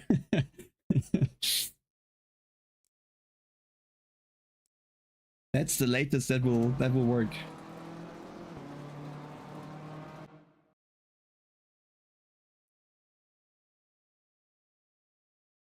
Just exactly in sync. And then I don't know, I'm just turning in way too early. I need to block the line longer. I'm driving too safe, essentially. Trying to give you space. I'm just judging the space wrong, really. That's a good car width there. And I'm not using it. Need to put you wider. That's why triple screens are very useful, because here from my cockpit view, I don't think you can see it, right? It does look like there's not a lot of space. But looking at it from the outside, there's so much space. So much space. Need to work on that.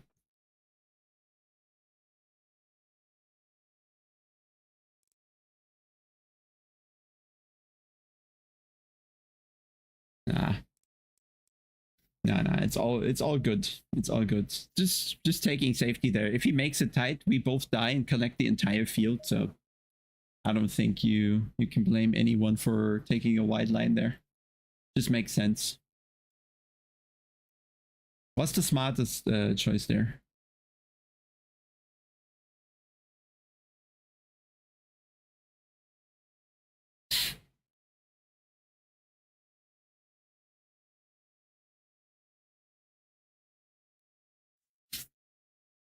All right, guys. Thanks for tuning in once more.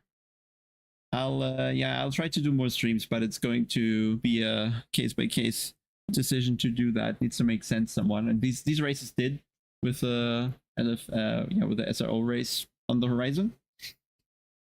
So now let's call it a day. Thanks for tuning in. Thanks for the chat. Thanks for sending me your work insight from the oil drilling platform. And then see you soon, guys. I'll just click end the stream now.